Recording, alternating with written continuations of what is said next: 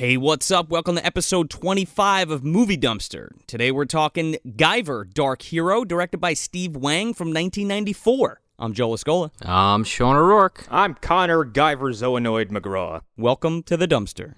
It's been a year since the alien armor invaded my body and became a part of me.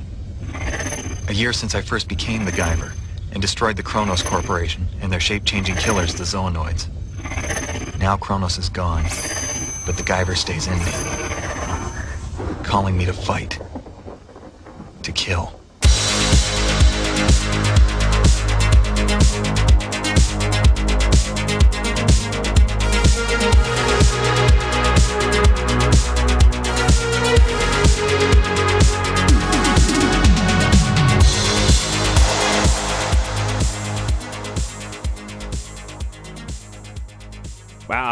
My nostalgia has been tickled infinitely since we watched Guyver 1, and apparently lots of other people's has been too. Yes, when we visited the Guyver, it totally just took me back, like we were talking about in that episode.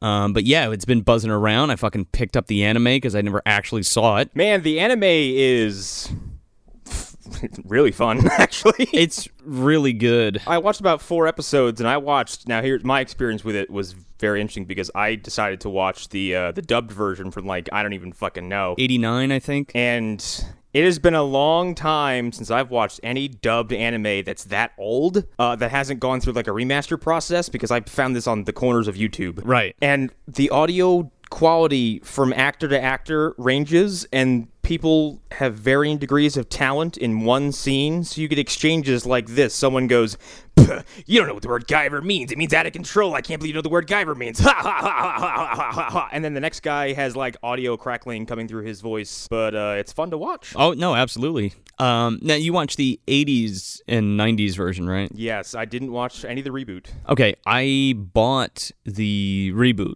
the Funimation release for the 2005 version. So I'm curious because I wanted to talk to you about this. From what I understand, now I watched like the first episode or one of the episodes from the 89, and I'm watching the 2005, and I'm like, okay, this is like nearly the same exact thing, beat for beat, just redone with less gore, comparatively. Berserk did that as well, didn't it? Because when Berserk rebooted itself, it just kind of came back with this kind of glossy, semi-ugly animation and kind of just covered the same points, I think? Right. This is a pretty common thing in anime whenever a company reboots it or someone else buys the rights to it and they want to put their spin on it. So the way I understand it, because I actually have it, queued up on my Crunchyroll account, I just haven't had the time to sit down and watch it because I am interested. But from a little research that I did, it's just the 2005 is a total retelling, and it's supposed to be closer to the manga, so you're going to have some repeat shit if you saw the original series. And like Joe said, it is definitely way more violent, the original. I mean, even if you go back, let's talk about something that's a little bit more popular, commonplace, like Dragon Ball Z. They did Dragon Ball Z Kai a few years ago, which was basically they took all the old episodes and they cut all the bullshit out.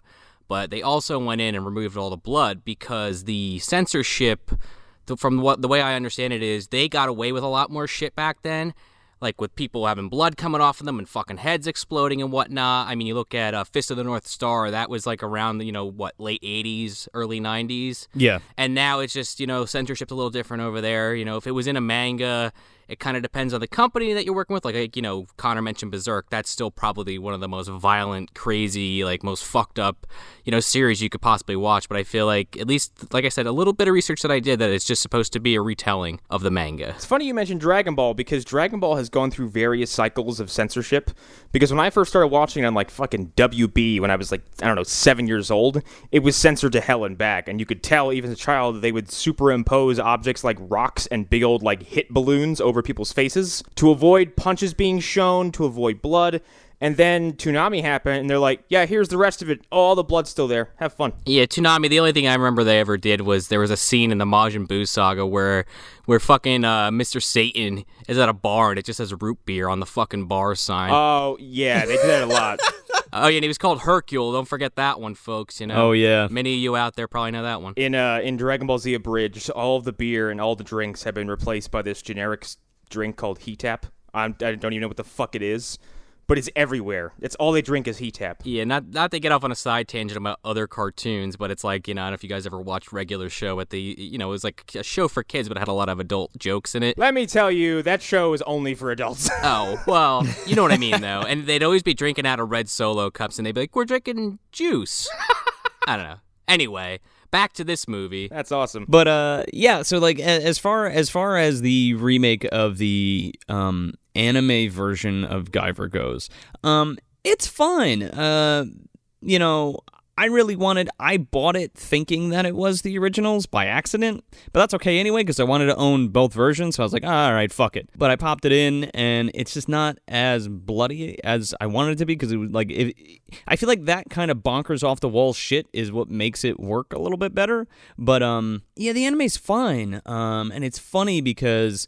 How much did you watch, Connor, of the original? Like I said, probably 3 or 4 episodes. Okay, so was Risker introduced? Yes, Lisker is introduced, which is something I didn't even know about either the movie or the anime, is how much was borrowed from the source material and adapted pretty faithfully on screen. Like the anime opening, one particular sequence from the anime opening is lifted nearly verbatim into this film. Yeah. And also, like, the main... I watched a little bit more than you. I think I'm on, like, episode 8. And I don't know exactly how well it clicks with the original as far as that goes. But anyway, the bad guy in this movie is actually in the anime, like, straight up. It's like, that's kind of, like, right out of it. Really? Yeah, there's a lot of parallels here. And it's weird because in the anime, Risker actually gets... one of the guys. Now, there's 3 Guyver units in the anime, and there's like a big explosion, and Sagawa Well, Sagawa also, isn't he like just one of the students? Like, he's one of the main characters. He doesn't just die in the first 5 minutes. That's my understanding of it, at least. It's like Tetsu Sagawa and Mitsuki Sagawa, and then their father was the guy that worked for Kronos. Oh, okay. So there's like a big explosion or whatever because they're trying to like recover the Guyver units, and the 3 of them go flying, and then Sho, who is Sean in the Guyver movies, gets one of the units, and then Risker actually gets the broken Guyver unit that has like I saw that. I saw him rip apart a bunch of like goon zoonoids with the power of the Guyver. So in the movie, or the show, he's not a zoonoid? He's just a guy? No, he is a zoonoid, but he gets the Guyver, he gets what they call Guyver 2 almost immediately. And then there's a 3rd unit that this kind of like sleeper character gets, and he's part of Kronos, but is kind of like anti-hero, and he's Guyver 3, which is strange, and I'm talking about that on purpose because later in this movie that we talk about, I'll bring it up again. Yeah, actually, I was going to say, I believe I read somewhere that when this movie came out, in the Guyver franchise, this was the first instance of the Guyver zoonoid. I think it was exclusive to this movie for a bit. I don't know if the show has ever done it since. I want to say maybe Risker isn't a zoonoid in the anime. I think he is though. Because he works for Kronos Japan. I don't know. It's kind of still fuzzy. I didn't finish it, so I don't know where that's going exactly. Yeah, it's 20. I know the original series is only 24 episodes and they're 20 minutes apiece, so I'll be able to breeze through it at some point soon. Anyway, okay, let's jump into this. So this is the direct sequel to the first Guyver movie that we've discussed, and basically, a little plot crunch real quick. It's been however many odd years since Sean has been endowed with the... It's been a year. I thought he said a few years. They say in the beginning, it's been 1 year since I defeated the Kronos Corporation. Also, let me try that again. It's been 1 year since I defeated the Kronos Corporation. We should note that the Metal Gear Solid joke is going to fly freely throughout this episode because the one and only David Hayter is playing Sean this time around as opposed to the other guy whose name I don't know. Yeah, the fucking voice of Solid Snake, for God's sakes. Yep. And Naked Snake in one game. As a wee little baby. Oh my God, he really, I couldn't believe how young he was in this. And you have to kind of see it to believe, or I guess I should say hear it to believe it, but there's, he sounds pretty just like a normal dude, and then occasionally he'll have like these inflections that are just very Snake. Yeah. And I mean, again, it's just the guy's voice, but that's, every once in a while I was like, oh, Snake, huh, okay, sure. Yeah, but he looks like fucking George Michael. Oh, shit. I couldn't get it out of my head. Jesus. So it's been a year since Sean's been endowed with the power of the Guyver. Now, he is having visions and seeing weird shit in his dreams, and he's like drawing all this stuff in a notebook, and he's trying to find his purpose because in his mind, now that he defeated the Kronos Corporation and there's no more zoonoids left, he doesn't know what to do with the power.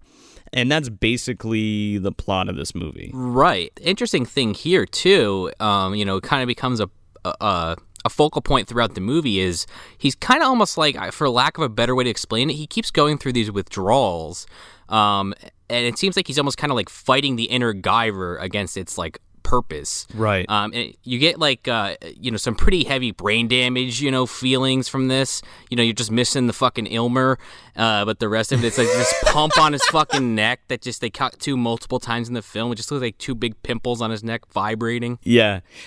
Also, I don't know about you guys, but I got some strong fucking symbiote vibes from this. Oh yeah, 100%. Way more so than the first movie. There's a very lycanthropy element to it, where he is definitely fighting the monster inside.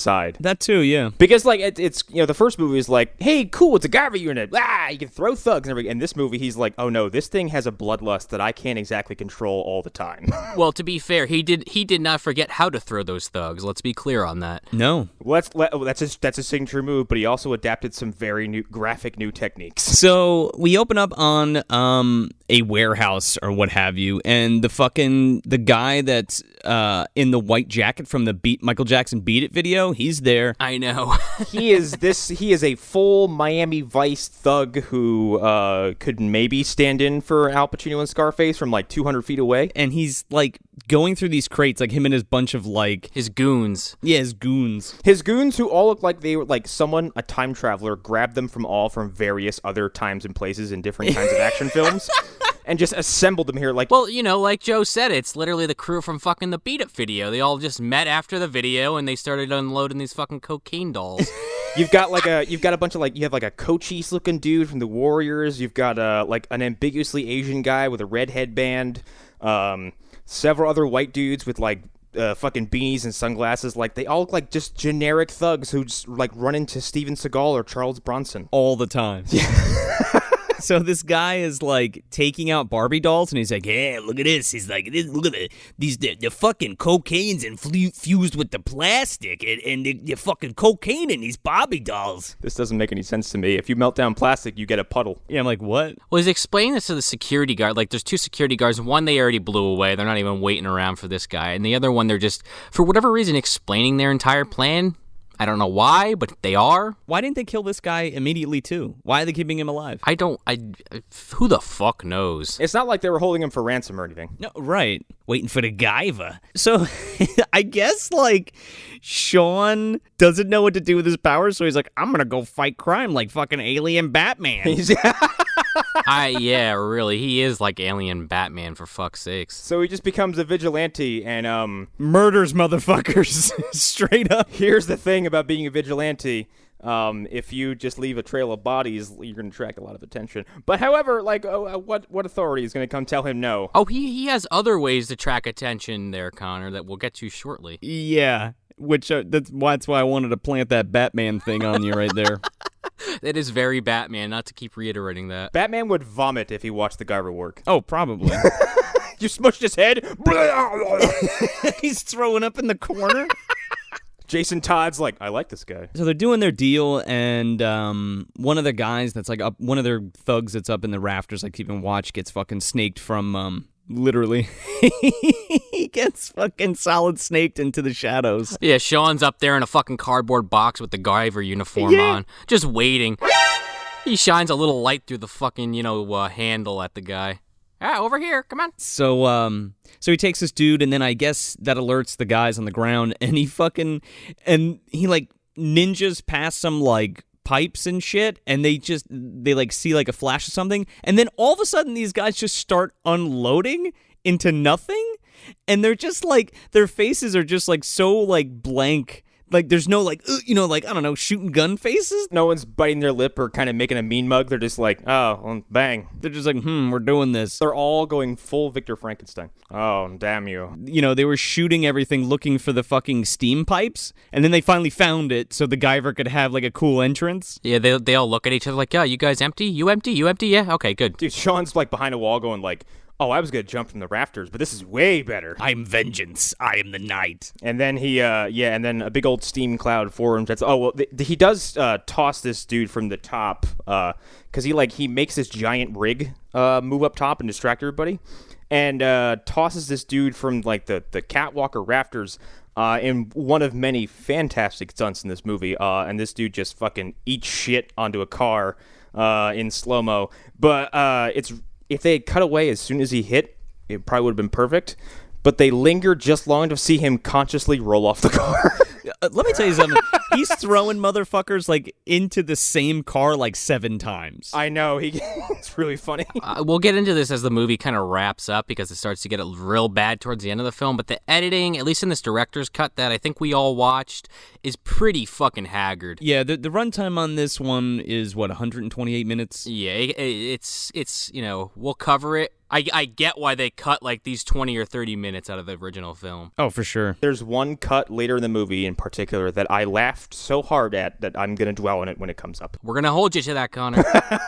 So Guyver comes and wastes all these motherfuckers and then goes after Beat It Dude, and fucking Beat It Dude's holding the cop hostage, and he just pushes this cop away from him. Or no, the cop like tries to fight back, and so he like pushes the cop off him and just fucking lights this dude up. He shoots him like fucking 9 times. This cop gets nearly Alex Murphy'd. Like, he just goes bam, bam, bam, bam, and then like cuts away, and the dude's like just squibbing up, and I'm like, he's dead. He cuts back, bam, bam, he's dead, bam, bam, bam. I'm like, dude. I think he lost conscious 4 bullets ago. He only needed 1, dude. Like, so Guyver like flips over and comes to check on the cop. I mean, obviously he's fucking dead, you dumbass. And then he runs over to Beat It, and Beat It's like, no, man, I just arrest me, don't kill me or whatever. And fucking Sean like shoots out the fucking blade on his elbow and just slits this motherfucker's throat. I actually kind of like the idea of like a hardened gangster like seeing something that's clearly not fucking human and going like, dude, okay, I'm not playing anymore. Like, like this is completely out of my class. No, for sure, but like he doesn't even look like a superhero. He looks like an alien. He looks like a straight up alien. He's like, don't kill me, just arrest me. Motherfucker, do I look like a cop? Do I look like I'm going to put you in handcuffs? Well, like I think I said this last episode, he looks like a Beetleborg. I don't know what Super Sentai that was originally based on, but that he looks like a dude with a beetle helmet on. Yeah, for sure. It is very insect looking. It looks like a stag beetle. And then just takes his elbow and just jabs this dude in the throat and watches him bleed to death. And then turns around and fires the bat signal into the cloud. No, he takes his little forehead laser, which did he use it as a laser in the first movie? I don't know that he ever had a move like that in the first one. Okay, yeah, his arsenal is like doubled in this movie. He gets a whole bunch of new tricks. That's in the anime though, and he figures that out like super early on, like the first or second episode. Yeah. Forehead lasers the word Guyver into this like thin fucking metal sheet. How fucking Batman could you get? I couldn't believe that shit. Yeah, you have a bunch of dead mobsters and someone just shows up, like cops go like, I don't know, what does it mean? I don't know. No, I mean literally, what does it mean? What the fuck is that word? And they go, yep, that's him. Batman. Meanwhile, Bruce Wayne's like on top of a roof, just like shaking his fucking head. Bruce Wayne's like, that was not me. I didn't do it. Real quick, the guy who's doing the music in this movie, his name is Les Claypool III. I know that name. I thought it was the Les Claypool from Primus, but it's not. But this dude's done music for Akira, the Akira anime, Ghost in the Shell anime. Really? Holy shit. Yeah, Perfect Blue, Ninja Scroll, one of the Resident Evil movies. Because I don't mind the music in this movie, but I just felt like and I kind of ragged on the music in Guyver 1, but I kind of like the theme from the first movie better. It's just a little bit more gritty. The first movie has more pronounced and louder industrial tones, and this movie kind of downplays them in lieu of like this kind of, I call it the action piano. Bloom, bloom, bloom, bloom, bloom, bloom, bloom. Yeah, it's weird. I don't know. I'm not crazy about the theme. The rest of it is fine. It's definitely an improvement over some of the shit we had to deal with Guyver 1.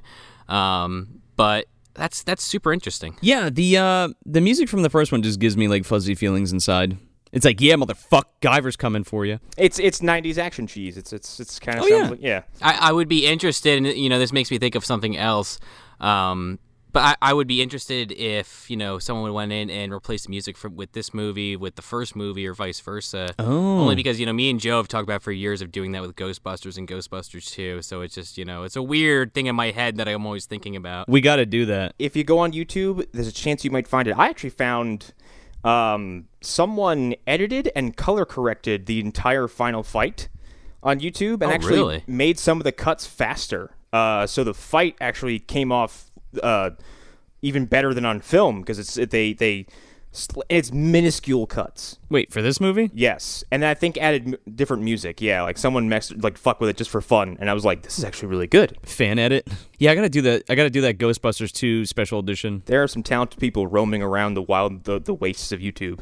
So we go back to Sean's apartment, and we get the idea that his life sucks. Oh, my God. And again, I hate to keep referencing things that are hard to visualize in audio podcast, but it's fucking thundering out, and he wakes up, and he is so startled. He's like, oh! Like, I don't even know how to really get that across, audibly, but it's bizarre. It's like someone just fucking like... But every time he gets out of a solid sleep, he goes, Otacon! I don't get, and here, and the symbiote thing comes for, full circle right here, because he wakes up, and he's like, oh my God, his fucking neck's pulsing, he, can't control himself, he's like, it just wants me to kill, and he's like, hello, Sean, we're gonna do whatever we want. We're gonna go kill some motherfuckers. Do we have a deal? Yeah, yeah, exactly. Do we have a fucking deal? This part freaked me the fuck out. Out of nowhere, he just goes into the Lamin configuration. Yeah, this movie was very proud to be rated R and is not shy about its rating whatsoever, because we already got, the dude getting stabbed in the throat you can get away with that in PG-13. Sean is in his apartment here, and he turns on the TV, and he's kind of going through a sketchbook. And then the Guyver unit is pulsing in the back of his neck, and suddenly it bursts out, and we are kicked to this cavernous area where what to assume is Sean is tethered to this fleshy, gross fucking inside of an alien's nose or something, and all the Guyver armor pieces are crudely attached to him, and he's screaming in agony. And can't break free of this, and then wakes up. So we had basically a dream within a dream. It's the fucking Jesus Wept scene from Hellraiser, straight up, but it's like black glue. It's like black goo instead of blood. Yeah, very similar. Uncle Frank. Come to daddy. Uncle Frank, is this a joke? Oh, I grossed myself out. Ugh. And then Sean wakes up again in his apartment, and it's morning now, and he turns his TV on. I'm almost positive he turns his TV on, and you can hear the same movie that he was watching during his nightmare sequence, which is this bizarre fucking black and white monster movie where a bunch of samurai are fighting a giant werewolf or something. I guess, but he's watching the Weekly World News TV show, and they're like, this monotone ass woman's like, oh, here we go to Utah where there was a werewolf attack or something, and then he records it on his video recorder. But he hits record before the fucking news report even starts. He's like, oh, this is gonna be good, I can tell. It starts, it's like, there's a chili cook-off down the street. I guess the implication is this is what he's been doing for a year to basically keep tabs on things, because someone says I saw a man turn into a fucking giant monstrous turtle, and you're not gonna hear it on CNN, you're gonna hear it on the gossip rag. Right, and that's what I was thinking. I was like, this is like the fucking Men in Black when they go look for the tabloids at the fucking newsstand.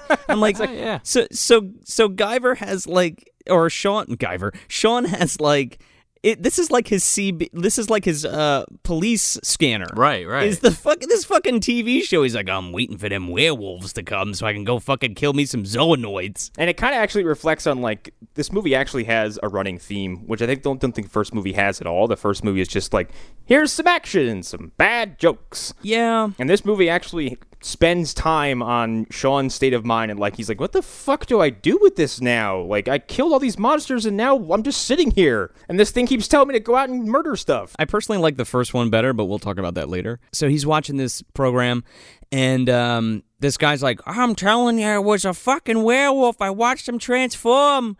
I'm telling you, I'm not drunk or whatever. And she's like, and the newscaster's just like, and there it is, a werewolf in Utah.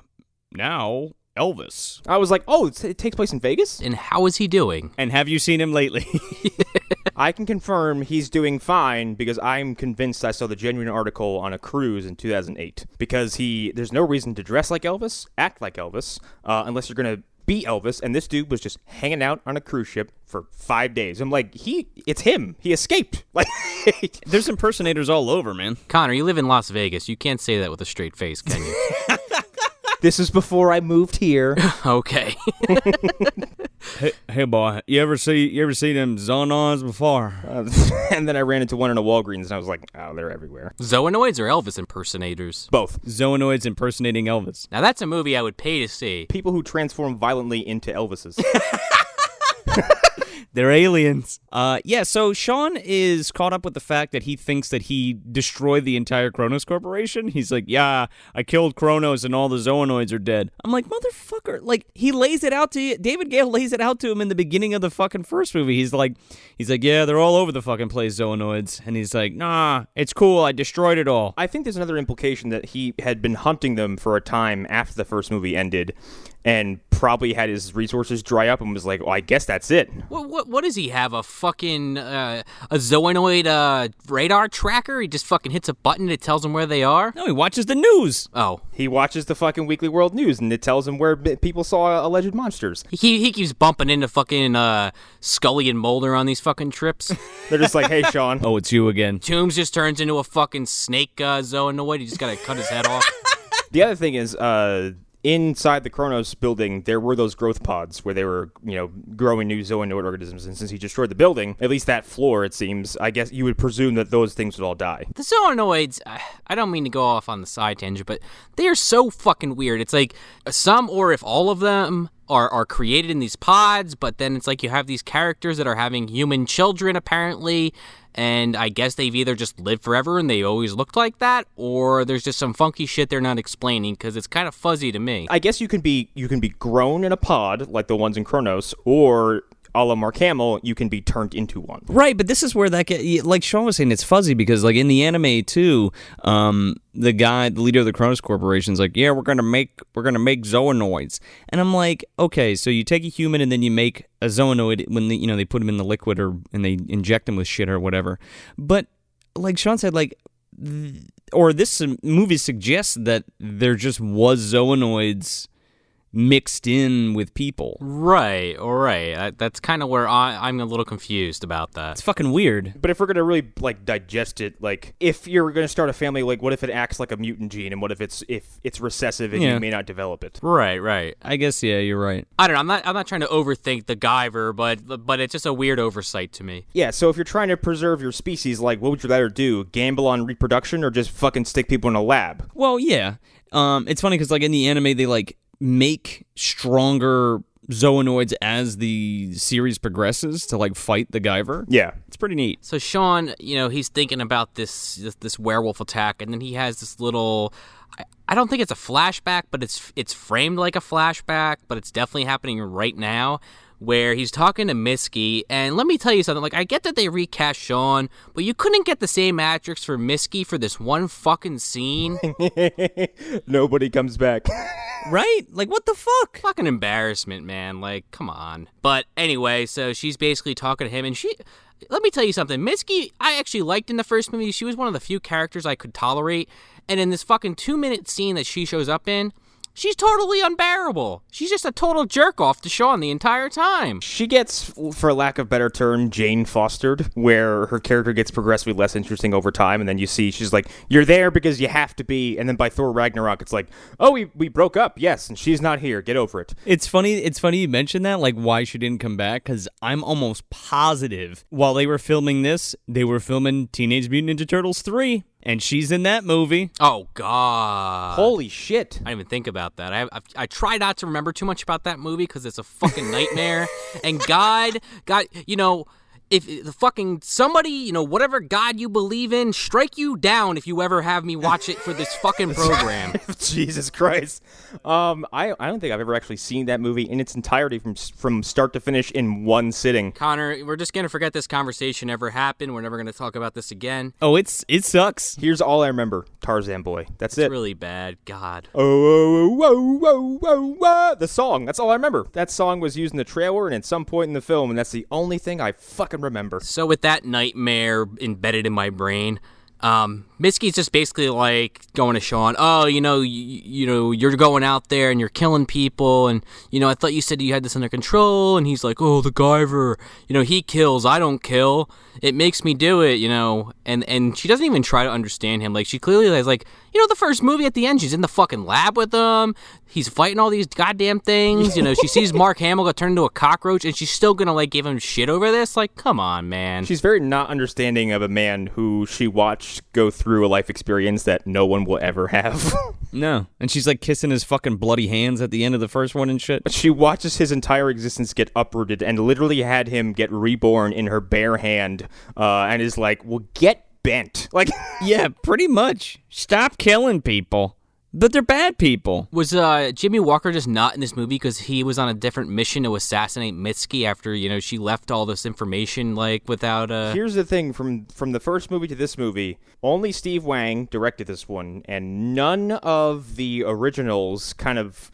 dead on arrival comedy is present. Which is good. There's still some comedy in this film that I feel like just doesn't land at all. But, I joke about bringing back J.J. Walker, but honestly, the movie is probably better without him. Yeah, and there's a few, like, comedic lines I do enjoy in this movie, and I'll talk about them when we get there. But other than that, like, it's very light on some stupid jokes, and it takes itself seriously, and I think it's a more competent movie altogether for that. Yeah, again, but, like, as far, I don't know what was kept from, or in the director's cut, or what was cut from it, rather, but there's just a lot of, like, vapid scenes in this that I just don't fucking need. Yeah. There's a lot of conversational stuff and people staring at things that don't need to be there. Yeah, just cut it the fuck out. Please trim this. Not even because it's not even part of the fucking story. It's just trash. It's just, like, extra shit. Like, on the end of the fucking scene. Like, just take it out. I appreciate the existence of a director's cut, and I'll happily sit through any director's cut over a regular cut any day. But not all of them are always in service of the story, and a lot of them are there just so you can see a completed vision of someone's work. Sure. I want to see that fucking Peter Jackson's 5-hour cut of the fucking Frighteners. Did you hear about that? No, I did not, but I am probably one of the only people on Earth who, if someone says, hey, the 4-hour cut of Watchmen's on Netflix, I will say, fucking give it to me. I mean, that is the superior film, let's be real. Well, it's the complete experience. That is the only way I will recommend watching that movie. Guyver 2, on the other hand, maybe you don't need it. Go with the regular cut. So Sean, he has this sketchbook that he has been doodling in for a while because he's been having these dreams and seeing these cave drawings, and he's been doodling them in his sketchbook, and he has a wide variety of them. Some of them look like weird little symbols, and other of them look like crude cave paintings of what maybe a primitive person would draw as a Guyver unit. It's these kind of triangular, ghostly shapes with pointy heads. And after this news broadcast is over, he begins to hitchhike to this archaeological dig that is occurring near where this alleged werewolf attack happened. Right. He has that conversation with Mitski, and she basically breaks up with him.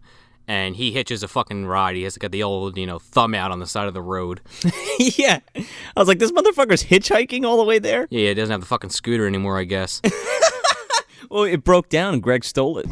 Yeah, never to be seen again. No, actually, a fantastic extra sequence would be just like they cut to Greg in the city with Sean's scooter, and he's like, "My life sucks." I actually thought that was Greg in the beginning because there is an Asian man with a red bandana on. That's part of that gang. Yes, he looks I'm telling you, he looks like every thug that Charles Bronson has shot indiscriminately. Bronson shows up and he's like, "Damn it again!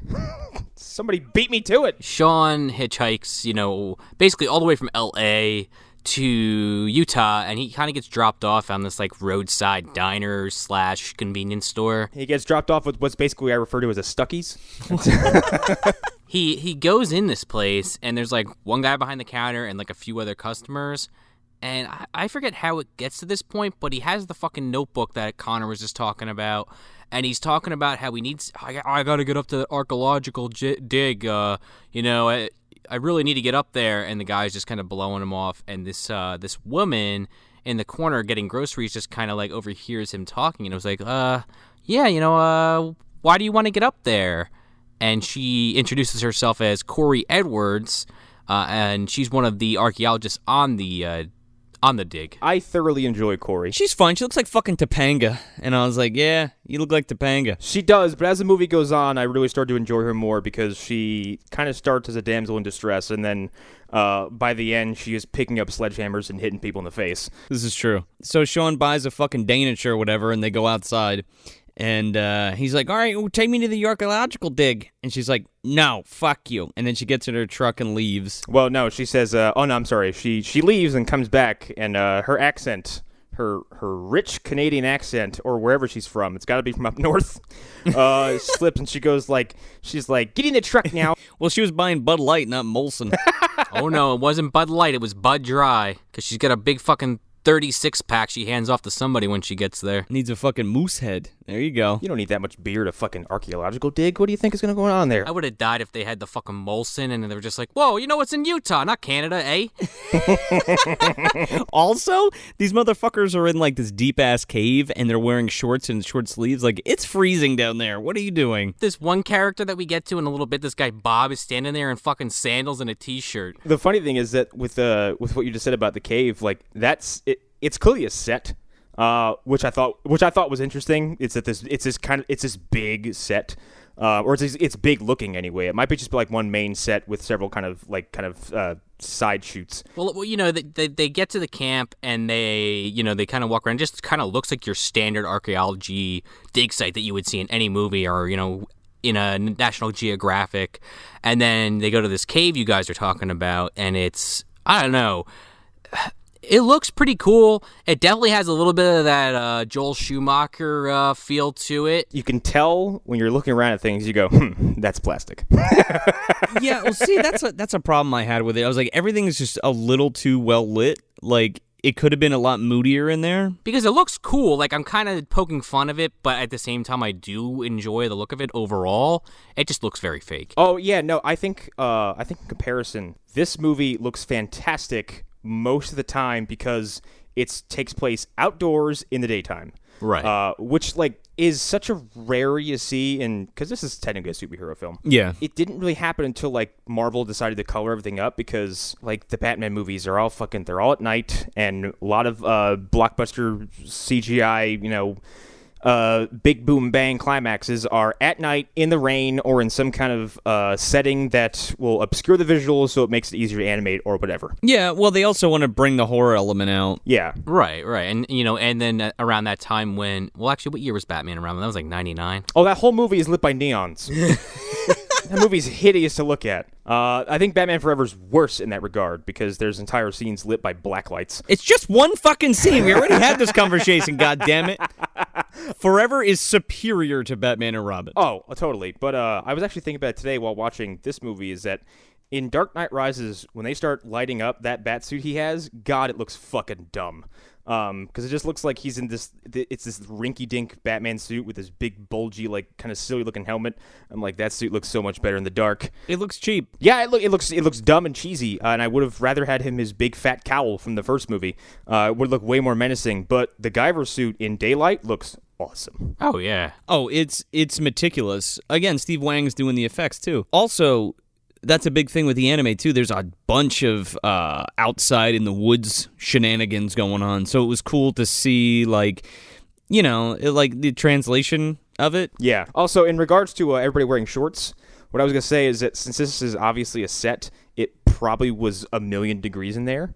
And maybe everyone had to dress down. Well, yeah, and you consider, and we'll get into this a little bit more as we get further into this movie, but I definitely, I talked about people joking about rubber suits, the monsters look like they're in rubber suits, but in this movie, holy shit, like, I don't know, Joe, maybe you could speak to this a little bit more, but I think the effects, besides maybe the Guyver suit, actually look a little worse, because a lot of the monster effects, while the design of them is super cool, they have like this weird like rubbery gleam going across the entire body of them. Yeah, some of them. I think my biggest problem. I mean, don't get me wrong. Okay, these are awesome, amazing effects. Don't get me wrong. No, yeah. But like, there are instances where you can totally tell, like, they're not structured out right. Right. Whereas, like, the rhino guy that we'll talk about in a little bit, like, you can clearly see, like, when he rolls, like, his whole foam head, like, bends. Right. Well, if you go back and watch any HD release of the Ninja Turtles movie, those suits in some sequences look appalling. Also, there's a tiny man inside Donatello's mouth at some point. It breaks your immersion of the movie. It's so frightening looking. Just watch the VHS and be happy. Oh, man, it's scary as shit. I only bring that. I'm not trying to jump ahead too much. I'm only bringing that up because we're talking about, like, you know, them wearing shorts. So I can only imagine with these costumes on top of that is just fucking brutal. Yeah. I don't know how they did it. I have nothing but respect for everybody in this movie who was confined to any kind of suit. Oh, absolutely. And again, like Connor was saying before, like, the choreography in this movie is way better than the first one. So much better. Well, especially after Devon's ghost, that definitely helps it for sure. You know, I just fucking forgot about that piece of shit. And here we are. Thank you. So Sean gets his dig, and he's kind of guiding around everywhere. And now my thing with this is like, because this dig is kind of secretly being run by the Kronos Corporation, and they've seemingly elected a bunch of like hapless hippies to do the digging for them, and Corey Edwards and her father, Marcus Edwards, who are strong believers in alien life and, you know, kind of outside of the regular scientific range theories. The preservation of relics of of aliens. Ancient aliens. They're awfully okay with her just going like, hey, this is Sean. I found him on the road. He's going to help out. Cool, bye. Well, she says to him, like, oh, try not to make yourself, like, seem... I don't know. How do you want to word that? She basically tells Marcus that, like, oh, he was supposed to be here yesterday, but he's part of the crew. Like, he's like a student doing archaeology and wants to be a part of the crew or what have you. And like, oh, he was late. Here he is, Dad. And he's like, oh, beautiful. Nice to meet you. How are you? You don't have a roster. You don't. Right? Well, it's fucking Kronos Corporation. They don't give a shit. Yeah, their plan is to shoot these people anyway. You're all gonna die after you find the unit. Thank you. So we're also introduced to the main bad guy, who is Arlen Crane. Who, by the way, I had no idea that his first name was Arlen. And recently, my friend Arlen watched this movie as well and was blown away because he doesn't know anybody with his name. I don't know anybody with his name, and all of a sudden, there it is in this movie. And it's the fucking bad guy. Yep. It's a bad guy, whom I thoroughly enjoy because Arlen Crane is a villain. He's obviously fucking so annoying. And his human form is this totally dweeby, sad-looking, balding, office worker-looking motherfucker who is offensively and suspiciously polite the first few times you meet him, and then just gets slowly more of a prick as the film goes on. I like his dynamic because it's like he's not just overbearing bad guy. Like, he's literally like, you know, I want to make this as easy for everybody as possible. Yes, that's why I like him. He's actually he's more of a character than Kronos was, because Kronos basically just shows up in, Zoolord. Yeah. In Guyver 1, he's like, I'm evil for the sake of doing so. Yeah, I mean, but he was like overtly domineering, you know? Yeah, and this guy's like, no, I have a job to do, and he kind of has some kind of subdued motivations, because I don't think he enjoys being a Zoanoid very much. No, he fucking hates it. That's where I think that dynamic comes in and it makes it good. He hates it. He thinks it sucks. Well, especially since he's got the most cookie-cutter fucking design in the whole movie. I like his design. He looks like the Predator fucked the fish man. He's my favorite. He looks like Creature from the Black Lagoon banged a fucking lady predator. That's what it looks like. It's just a little too on the nose for me. I don't know. From an effect standpoint, he looks rad as hell, but just in my head, I'm just thinking, like, come on, man. Like, that was so obvious. Well, take a wild guess who fucking created the Predator. Steve Wang. And Screaming Mad George. Oh, wow. Well, I guess that kind of makes sense then. So there you go. That's why all the paint schemes and things like that are akin to that type of work. So that's why your brain goes right there. And Arlen Crane has a bunch of immediately suspicious-looking goons who are all hanging out. Yeah, all wearing security fucking hats and shirts. Like, this fucking guy with the security hat. What an asshole. Yeah, he's got the dime store Linda fucking Hamilton working for him. This woman sucks so bad. She's easily the worst. I don't know any other way to fucking describe her, unfortunately. She just... I called her small Nicole Bass. Okay, yeah. With nowhere near as an aggressive chin. She's this, like, pesky little character that just stirs the fucking pot, and then she has kind of a cool transformation later in the movie. But other than that, she doesn't do a whole lot. Question mark? I thought hers was the worst. Like, I think she's a bad actress too. Like, I like the chick from the first one that turned into like the fucking Griffin thing. Oh yeah, that was way better. I think the difference between this movie's goons and this one and the first one is that like you could lay eyes on the human forms of the Zonoids the first movie and go, "You're bad guys." Well, yeah. And then in this movie, like if you haven't seen it before, you kind of look around and going, I'm not sure who's a human bad guy or who is a zoonoid bad guy. Just from the surface. Well, that was another thing because there was like the thing, quote unquote, kind of going on. Like who's who in this? Yeah. Oh yeah. Which I'm still kind of withholding how I really feel about this movie till we get further in. Maybe even we'll see what happens. Maybe I'll wait till the end of the podcast if there's a fucking miracle. But I will say I really like the aspect of like you have Crane, who's kind of clearly like a bad guy with his goons, but there's also Professor Atkins, who like for the first probably half, 2/3 of the movie, I wasn't really sold on. I kind of thought he was like secretly another bad guy, and then they give a reveal on that 2/3 of the movie, and you're like, okay. That actually really works really well. Yeah. But yeah, I agree. They're trying to fuck with you a little bit here. I like that Adkins is seen primarily being buried in these turtlenecks. Yeah. Like something gets zipped up all the way to his fucking ears while everyone around him is in shorts. It's like, dude, what are you hiding? You have a bunch of like crazy military tattoos or something? I like this dude. I refer to him as the Creighton Duke of this movie for a bit, except he doesn't die needlessly. Who else? We meet a lot of people in this scene. We meet Atkins, we meet Bob, Marcus Edwards, who is Corey's dad, who is the kind of the head archaeologist in this. He's a very a kindly old man who just wants to get his job done. Come on, guys. We just want to dig this out. Let's just find the discovery in this cave. He doesn't sound anything like that. So No, not at all. He kind of sounds like this, actually. When they gave Bob, like, an actual name, I was like, okay, he's going to be important. And then he's just basically like Dr. Harding in Jurassic Park. He's in, like, one other scene. he's a fucking director's cut character. I know they're poisonous, but the animals don't eat them. Bye.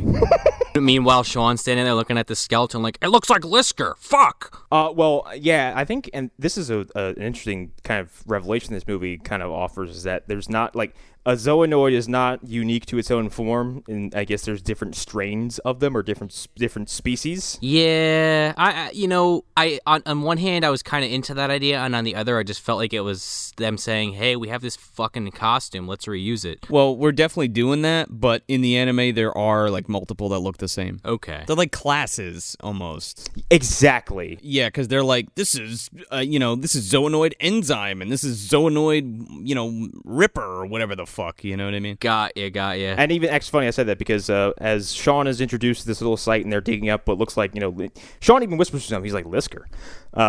Which he says very loudly. I guess one of the Guyver's powers is to like tune out nerds who are talking about dinosaurs.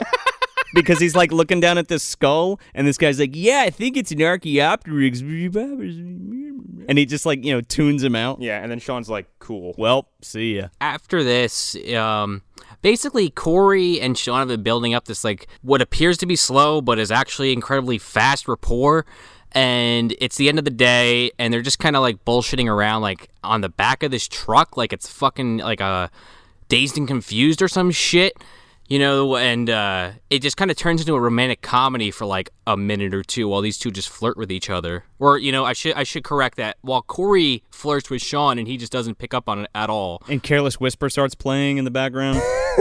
It's a weird scene. Like they have this, I don't think it really works in the movie, but they have this love story that they keep pushing up until like the end. I feel like the one in the first movie was a lot more natural, whereas here it's just like, well, we need this character to do something besides research this fucking Guyver bones thing, which is already pretty cool, instead she's just going to be this guy's side piece. It's fucking kind of stupid. Yeah. Like I said, she starts that way, but then actually begins to do more things, like actually physically do more things. I don't want to put the cart before the horse because she does do some cool shit at the end, but I just feel like her character could have been totally removed from this movie. Well, I think lots of characters could be excised, but I don't agree with that one. So yeah, they're having a conversation in the truck, and is this where the screaming starts? Yeah, there's the fat dude from the fat redneck guy from the news report has like another reporter guy that has like a camera, and he's like, "Come on, I'm gonna show you a goddamn werewolf."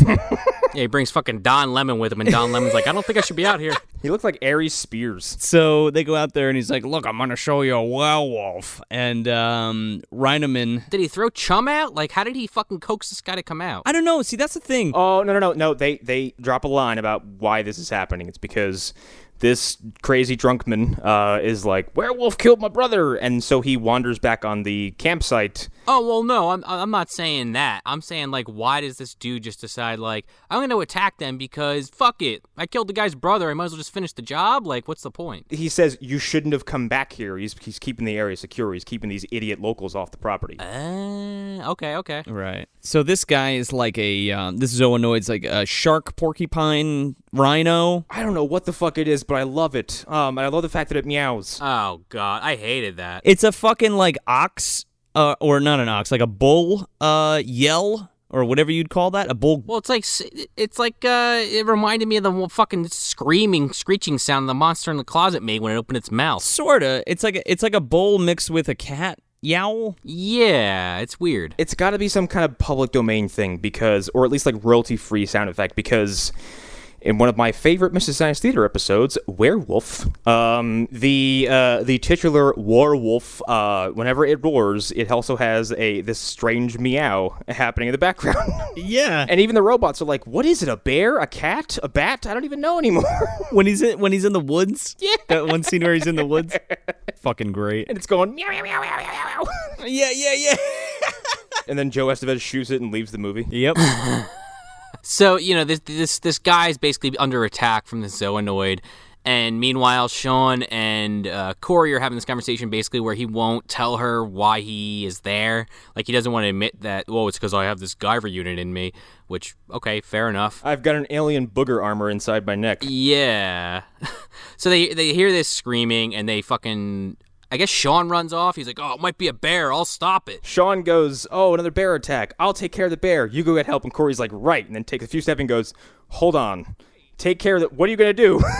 Slam cut to the fucking photographer getting his head cut in fucking half. This dude gets his head scooped clean off. Oh, yeah. It's fucking sick. It is glorious. And it's a perfect little slice. It's awesome.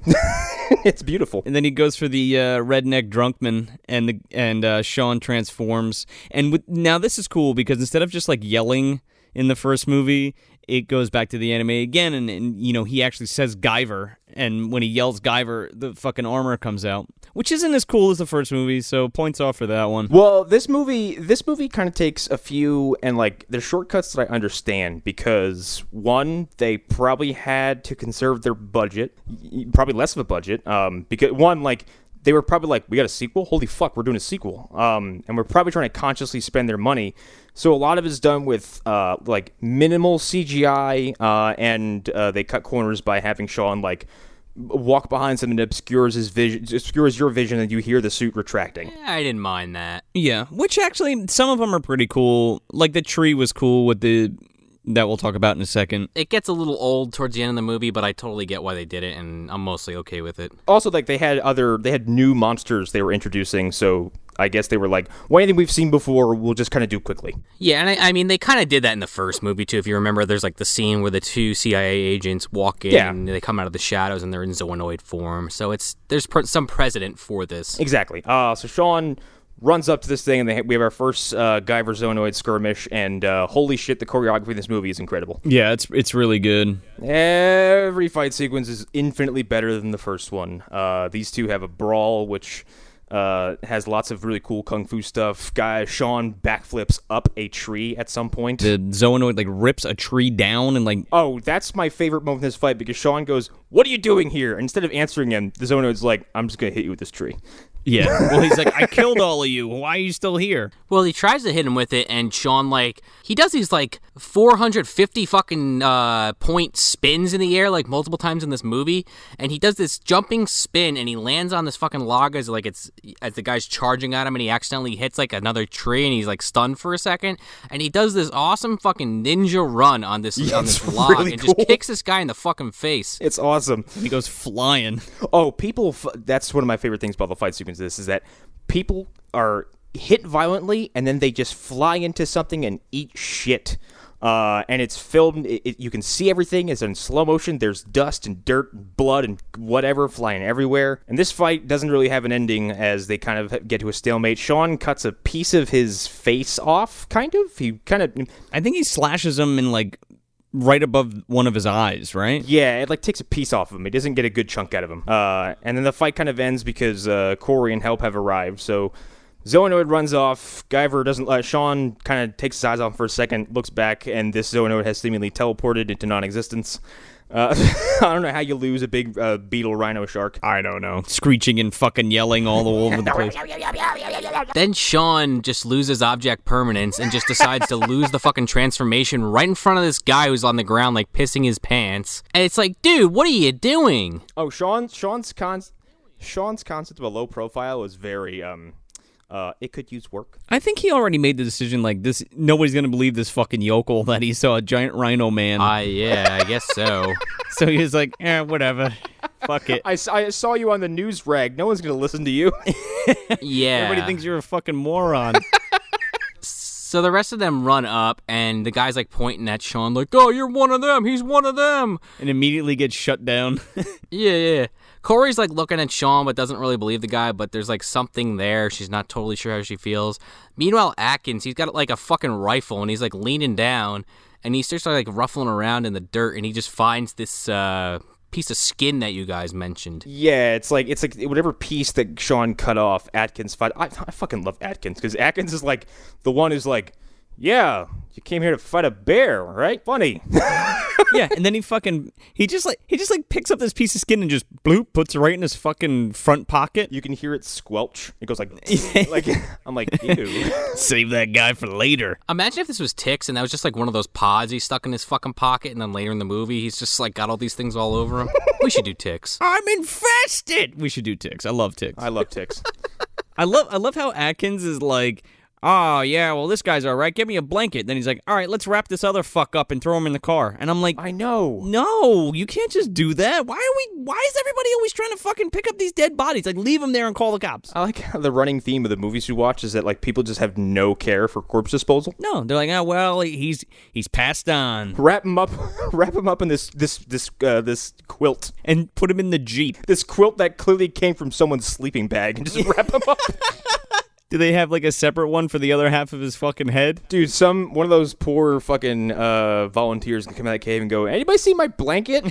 Hey! Atkins is like, don't ask about it ever again. Don't you worry about that fucking blanket. He's like, but sir, he just loads his gun, just cocks it. Oh, okay. He breaks his finger because he's Creighton Duke. Atkins basically corners Sean on the way back and gets in his face with a gun, as I just mentioned. And it's just like, yeah, cut the fucking act. Like, yeah, I know that you weren't, here after a bear. Like, I know, basically implying that he knows more than Sean, that Sean realizes. And I want to say they get broken up somehow. I think Corey walks up or something. I think it's Crane and one of the goons walk up. And Crane still got his really nice guy act going on. And Atkins is like, he says, like, where are your claws, Sean? He's like, it's not my claws you should be worried about. Kind of inferring that Sean might have a dark side and something else is going on.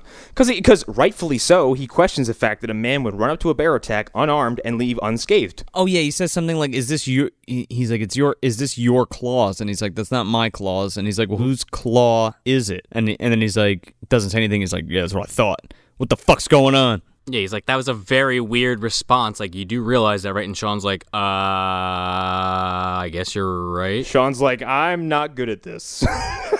So here's the deal. Kronos, monsters, and that's it. He's like fucking Peter from Homecoming. He just doesn't know how to handle an interrogation. No, not at all. So, but then like this is where they kind of like oddly like start to team up, kind of. Yeah, because they still like both of them have weird feelings about Crane, who is, like I said, still giving off his I'm just a kind scientist who's trying to do a job here. We don't need to have any more corpses. Please go back to the campsite. Everything's fine. I think Sean recognizes, even though Atkins has a gun in his face, that Crane is the actual problem. So he could have easily just been like, yeah, dude, there's nothing wrong with Atkins. He just pulled a fucking gun on me. And like it could have gone a totally different direction. But instead he's like, oh, no, it's cool. We're good. Which is the smartest thing he could have done. Yeah, but Atkins straight up tells him that like he's investigating the Kronos Corporation and he needs to know more about it, doesn't he? Right, yeah, he does. He says, I'm government and blah, blah, blah, and like, don't let it get out, you know. Oh, okay, that's right. He brings up, he's like, don't bullshit me. He's like, you dated Mitsuki Sagawa. He's like, who had a father who worked for the Kronos Corporation who ended up dead. He's like, you were directly involved. He's like, you need to tell me exactly what you need to know right now. Which is, again, the reason why I like Atkins, because Atkins is the guy who's there to ask questions. And Sean's just like, you'll never believe it, but Max Reed got turned into a giant cockroach, and then I fucking blew up a giant dragon, moose thing. He's like, hold on, go backwards. Who the fuck is Max Reed? He's the best cop on the force. Yeah, best cop with the force. Ha! Oh, fuck. I quit the show now. It's the best joke I'll ever tell. Well, see ya. You made 25 episodes, Connor. Well, 24 and a half. Good enough.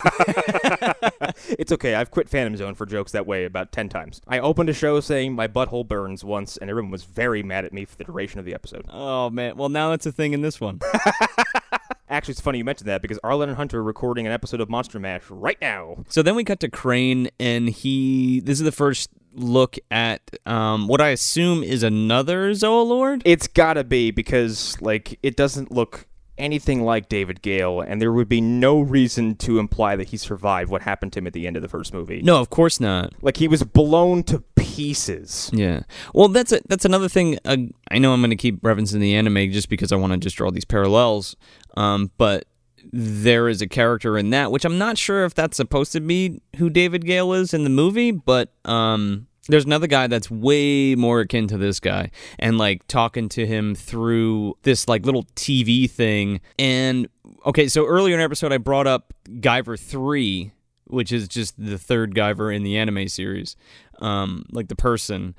There's a lot of kind of that going on too. This Crane character, a lot of that's wrapped up in there. Okay. And again, I'll keep going into it a little bit later because I don't want to reveal that yet. But it's just there's a lot of anime beats in the movie. Yeah. There's also a bit of, you get kind of an idea of how Kronos is a bit. They kind of seem like the Umbrella Corporation. Destroying one building doesn't destroy the company. You just cut off one head and it has many heads. And another will grow in its place. Because they say, he destroyed the Los Angeles branch. Right. So there are multiples. Yeah. It's all over the world. It's international. Yeah. Worldwide. You would think if the Zoonoids, came to Earth an eon ago and made humankind and, supplanted these Zoonoids throughout the entire world, it's not going to just all come crashing down because you blew up a facility in fucking L.A.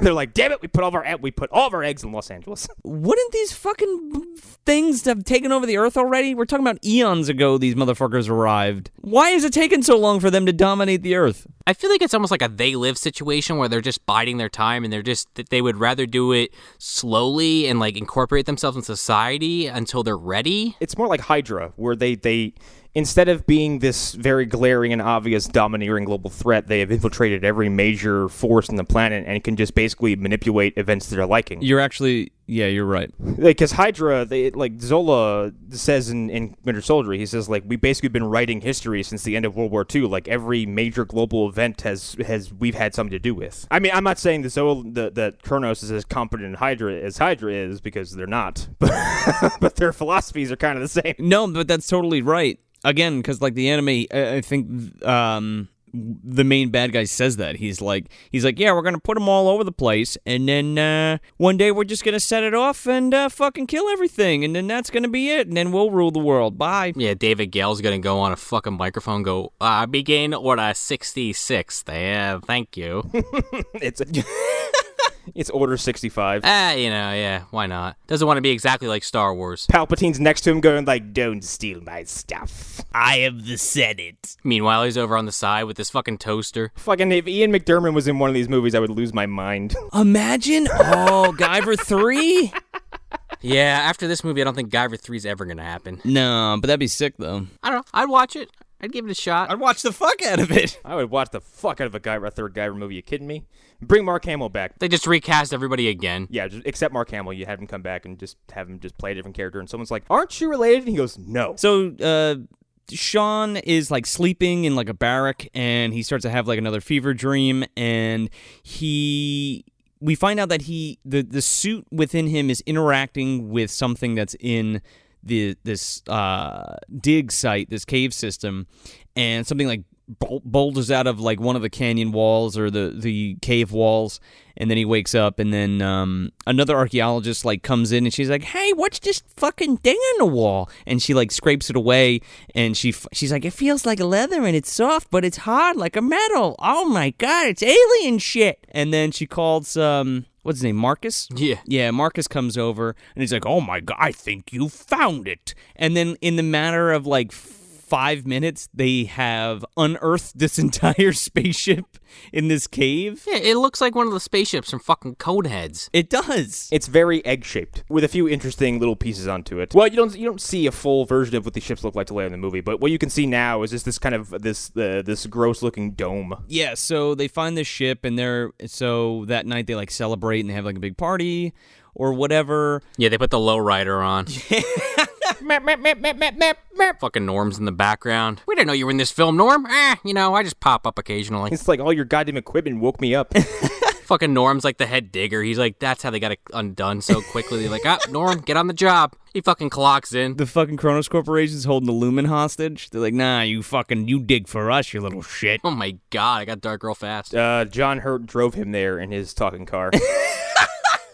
He drops him off. What happened was I left the Guyver ship there 500 years ago. I made the zoonoids. I also shook hands with the aliens and told them it's a good idea. I made the two warring factors go to war. Did you ever see The Men in Black? It was based on my life story. I'm a very irresponsible time traveler.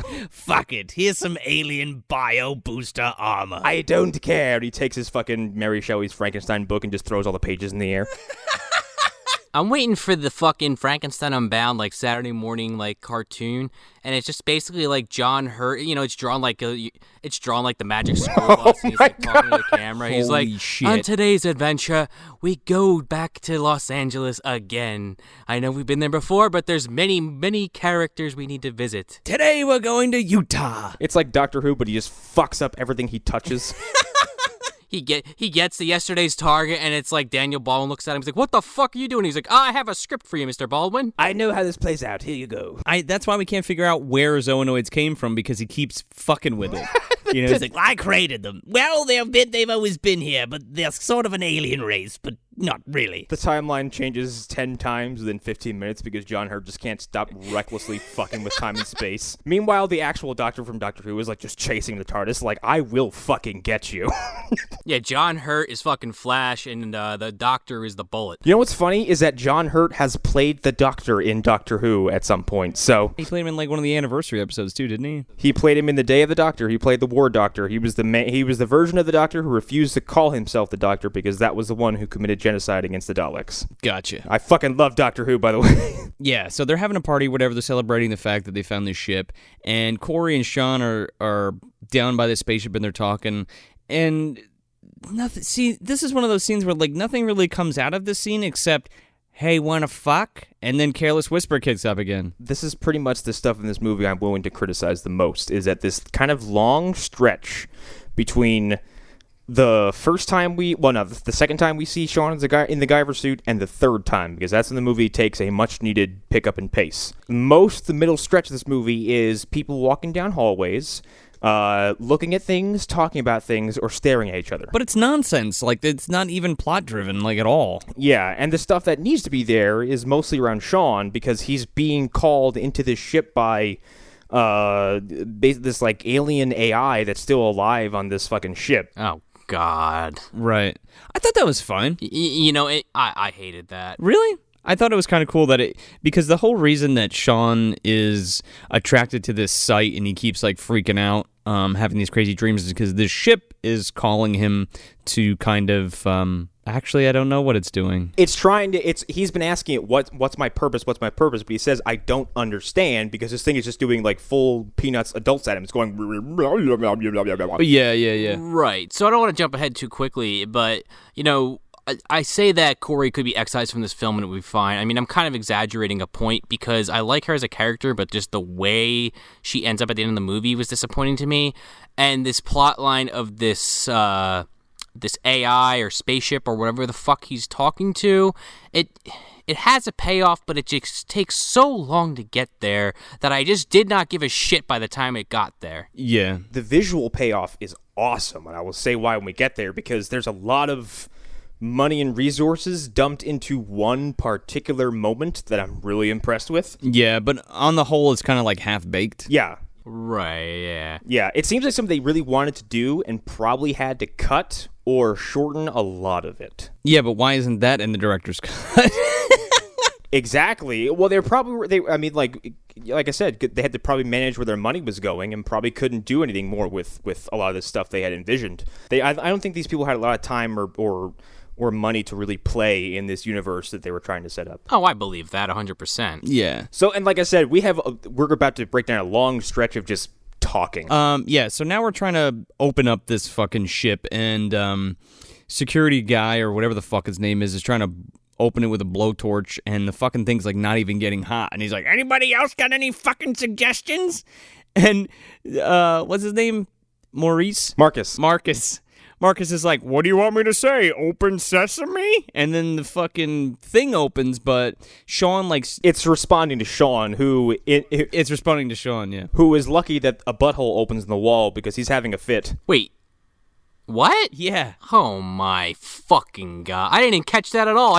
He says open sesame and a fucking portal opens on the side of the ship and I'm like, okay, that's where we're going with this? Sure, okay. No, it's because during this whole sequence, Sean starts feeling the suit pulsate in his neck and he knows something's wrong. He's trying to maintain his composure, but the ship is likely reacting to his presence. Right. No, I remember that scene before that where they're just basically in a huddle watching this guy with the blowtorch, but I did not make that connection at all until you just said that. I just assumed it was some really bad fucking joke where this guy says open sesame and it just happens to work, and I'm just like, okay, movie, sure, okay. They cut back to Sean and you see him like writhing, kind of like he's having an interaction with the ship, and that's why it's opening. I feel like that's very poorly explained because I did not pick up on that at all. I agree. Some of the editing in this movie is very bad. I mean, I'm not going to sit here and say that maybe I just missed it, but to me, I did not get that at all. Just real quick, some of these scenes are so criminally out of focus. The background's in focus and the characters are out of focus. And I'm like, where the fuck was your eyes on this? What, do you got astigmatism or something? Well, because we're watching a director's cut and I haven't seen the regular cut in a long time, what if that was stuff that was left in the cutting room floor and not properly finished? You know how you can go back and because it was out of focus? Maybe. Or maybe how you can go back and watch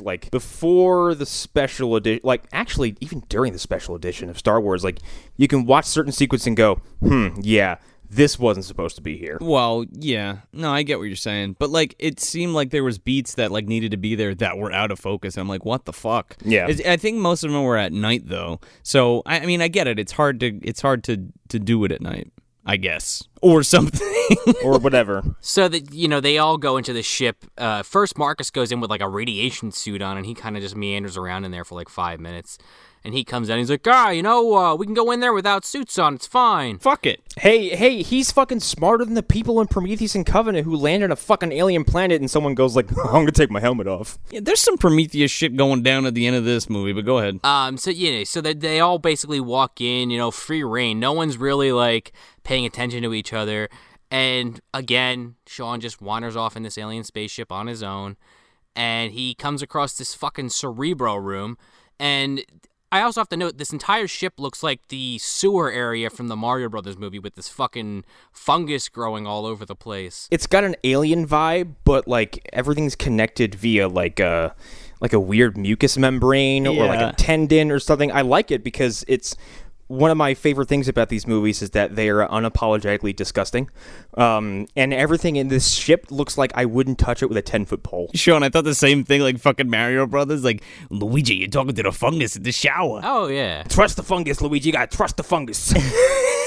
And I call it like a Cerebro room, which is maybe not a totally fair comparison, but it's a circular room with a little walkway into the center, and then some shit goes on later on in that particular spot. But Yeah. It's the room where Vader convenes with Palpatine. Sorta. yeah. He walks into a big ring and kneels down. It reminds me of Invaders from Mars, the remake, the Tobe Hooper remake. Oh, yeah. Oh, yeah. When the kid goes into the ship, except everything's orange, and in this one, everything's like purple. Yeah. I don't know. It's cool. Looks like big fucking mother brain or something. Right. No, I could see that. And there's like a big old like Guyver face. It kind of looks like it has multiple sets of eyes, but the main thing you can tell is that it has the orb in the center. Yeah, the sphere. Right, which I get what they're going for here, but to me, like, it just doesn't work. It's just basically Sean for like a minute straight talking to this light on this like weird fucking shower head looking contraption, and just like kind of having a one-on-one dialogue. Like, I guess he's talking to it in his head, or it's not really clear if it's answering. It's audible what it's saying, but it's garbled nonsense and he can't understand it, but they're not very clear that he can't actually understand it. He's saying I don't understand, like as if he's misinterpreting what it's saying to him, not I don't understand because you're not speaking my fucking language. See, like, I took it as he's asking this thing questions and it's just not answering him, so he's jumping to conclusions based on the non-answer. That's the way I took it. It's a conversation, but it's not very well done because it's just like I said. And the noise that the ship is making is for some reason unlike a much lighter like track. Like, it's not coming through as clear as it should be. Right, see, because I watched this on my laptop, and I had the volume up all the way, and I didn't hear a fucking peep out of this thing. It just sounded like silence to me. It's a garbled, like, thing that's kind of going on in the background. It sounds like if you hear it and aren't really following what's going on, it just sounds like ambient noise. Yeah. Right. I don't know why it took him so fucking long to figure out to put the goddamn Guyver suit on to interact with this thing. I know. Yeah, and that's why he doesn't understand this thing, is because he doesn't have the suit on, so it can't properly convey the information it needs to, because it's two different biological. Well, it's one different. Well, I guess it's because everything about the Guyver units is everything's biological. So the ship is alive, so that means it's talking to a different entity, and they don't speak the same language. Yeah, but it's looking for the sphere in his head. You know what I mean? Yeah. Right. Like the key. So it's like, sorry, can't help you. Your fucking barcode's not on. What are you doing? I can't scan you. This scene definitely exists, though, purely for a bunch of other shit to happen. Like, they get called out of the ship for whatever reason, and basically Sean runs out, and you see Linda Hamilton under the fucking stairs. I don't know how she even got under there without him noticing. So stupid. Yeah, well, in his earlier scene, Crane pulls her over because they split up when looking. Marcus is like, hey, I'm going to go this way. Corey and Sean, you go that way. He's like, you two rapscallions, get out of here.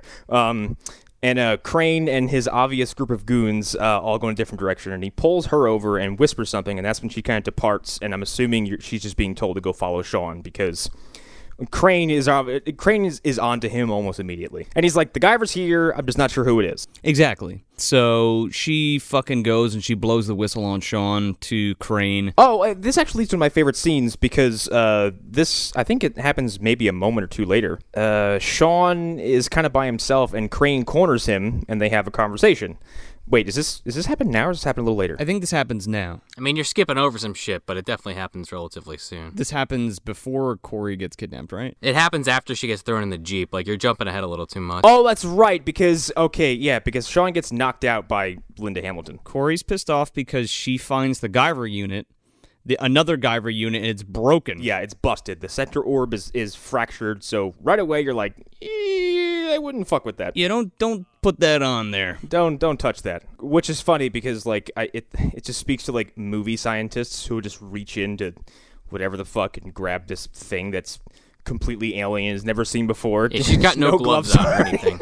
I was thinking the same thing. I'm like she's not even like one of the zoonoids, so like she has no idea what this fucking thing is, and it's all stringy and fucking gross. Yeah, she just picks it up because it reacted to her, but it's also covered in like disgusting red algae gross nonsense, and she just like brushes it away. She's like, yeah, we don't need that, whatever, just fucking bare fucking hands. Yeah, fuck it.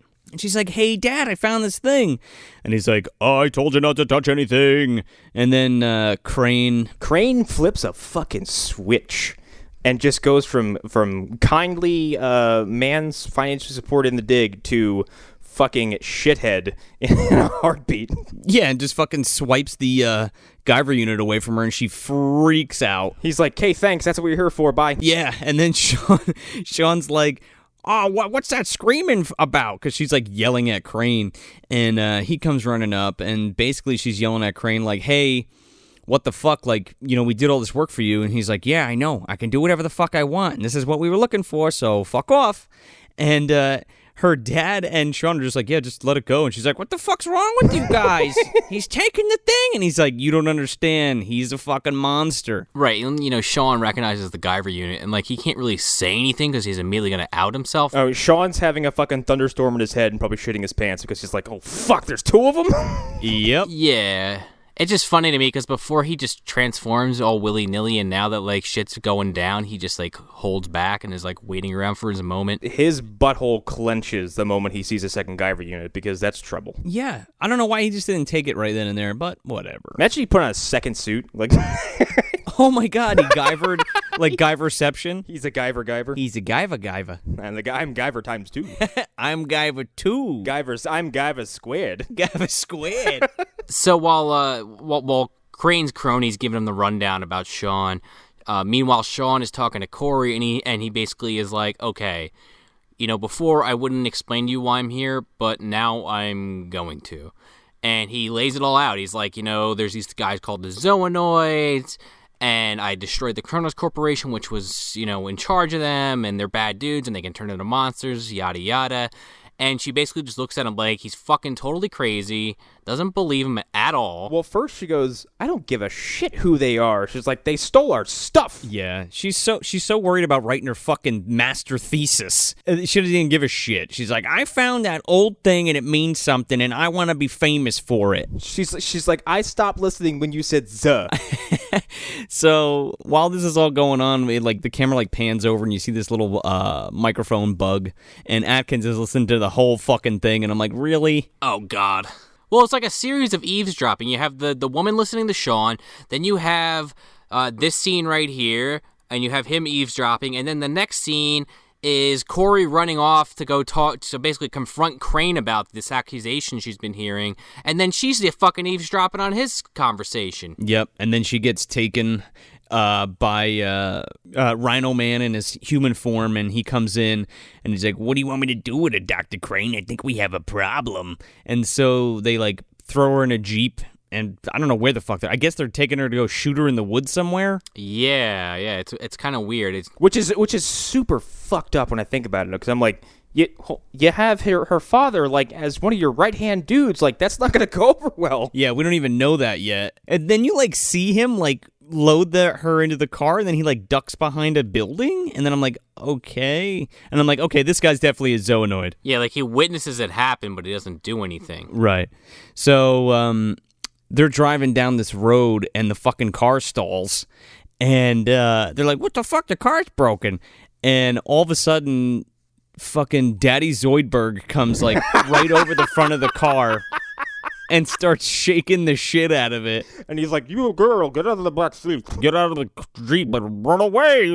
I do like his design, though. Almost on cue, she goes, Dad? Well, no, because what does he do that gives it away? Did he say something that gives it away? Somebody says something to... Oh, that's right, because he grabs the car, tells Corey to get out, and this is kind of one of my favorite stretches of action, because for they opted to not use music for some reason for a lot of this, and so it's just sound effects and visuals, and he grabs his car and flips it upside down with these two assholes in it, and then they start to transform from within the vehicle, and instead of doing the quick they walk behind something and transform, you just see from outside the vehicle, and they're violently changing, and they're punching the inside of the vehicle and denting it from the outside, and then it's just kind of silence.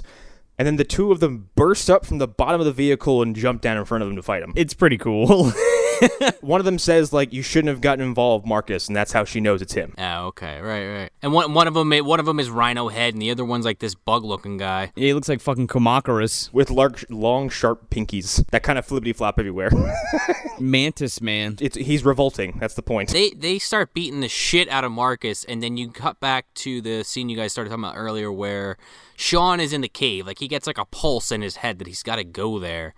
And he's in there, and Crane kind of comes up behind him and starts chatting him up. I love this scene because, like, Crane he's a cool villain because he walks up and having this information he got from Dime Store Linda Hamilton, he just starts kissing his ass.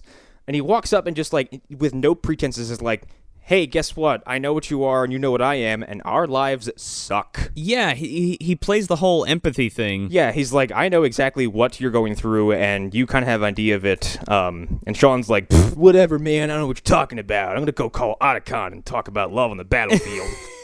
Here's my question for you guys. Do you think he actually legitimately, like, hates being a zoonoid? I almost said Zaphanoid.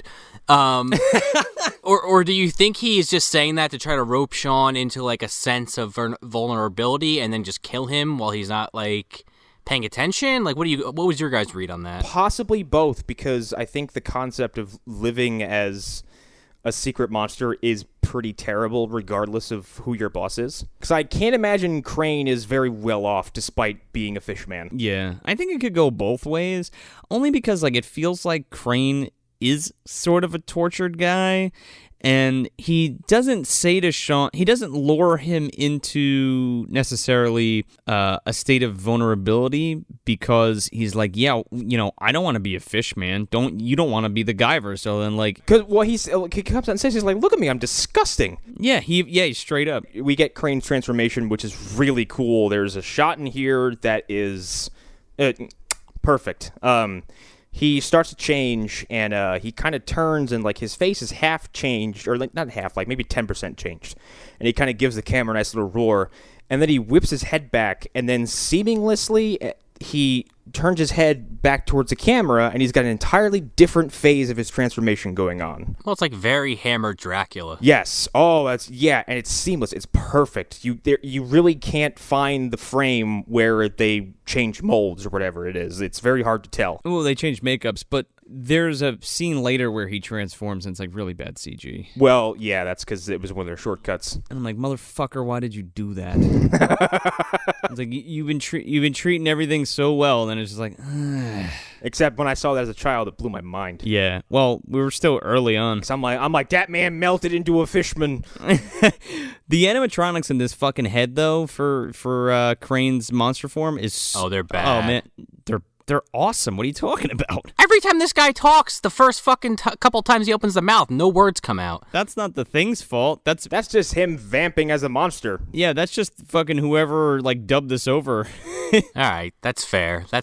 It does look cool. I'm not trying to pick on it in that sense. You're right. Because I agree with Joe in the sense that, like, he's got those two front mandibles that are constantly moving. He's got all these things in his head that are kind of all moving and doing stuff. Like, it's got the mouth, it's got the eyes, it's got very, very large eyelids and eyebrows that are emoting and moving. I think that's what took me. The eyes are very extreme, and I like it. Yes, the eyes are very expressive, which is something you don't get out of anybody else's monster form in either movies because you can't really see their faces. Right. I mean, it's there, don't get me wrong. Like, Lisker has that, but it's just... Yeah, and I think Lisker is assisted by the fact that Michael Berryman already looks weird as fuck to begin with, so you can just picture him turning into this abomination. I think in the first one, just real quick, I think, like, there's only a couple that actually have animatronics in their faces, and it's, like, the Griffin Lady, Lisker, and J.J. Walker. Yeah, everybody else is kind of like, they have bobbleheads going on. But I love Crane's form, and it's very Creature of the Black Lagoon, and it's got, like, front mandibular kind of extra pieces attached to his lower jaw that kind of flare up and down. Like I said, it looks like a predator fucked a gill man. Yeah, straight up.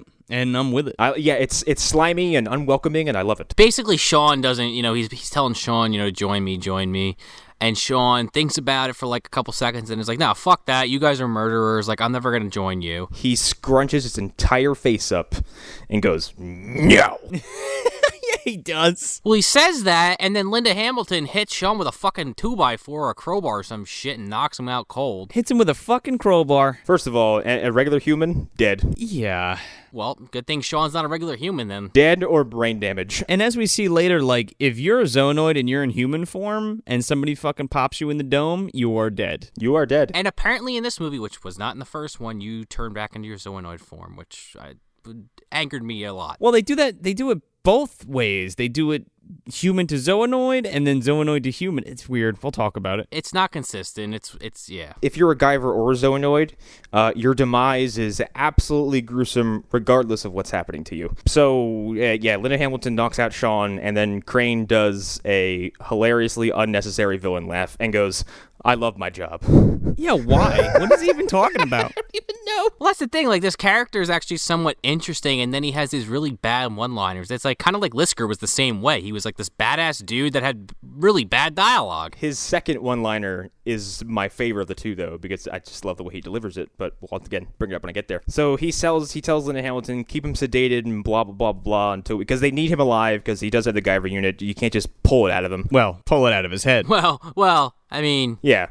Well, I mean, like, I don't think, like, ripping him apart would probably do you no favors because you need the unit itself. Right. Cut back to the woods, and Marcus, despite being a very happy old man, is doing his best to fend off two horrific monsters whilst protecting Corey, is not doing a bad job, considering he has a disadvantage. Do either of you understand why this fucking Jeep needed to be thrown off a cliff? Because I was kind of perplexed by this whole thing. I don't know, but when it blew up, I laughed my ass off.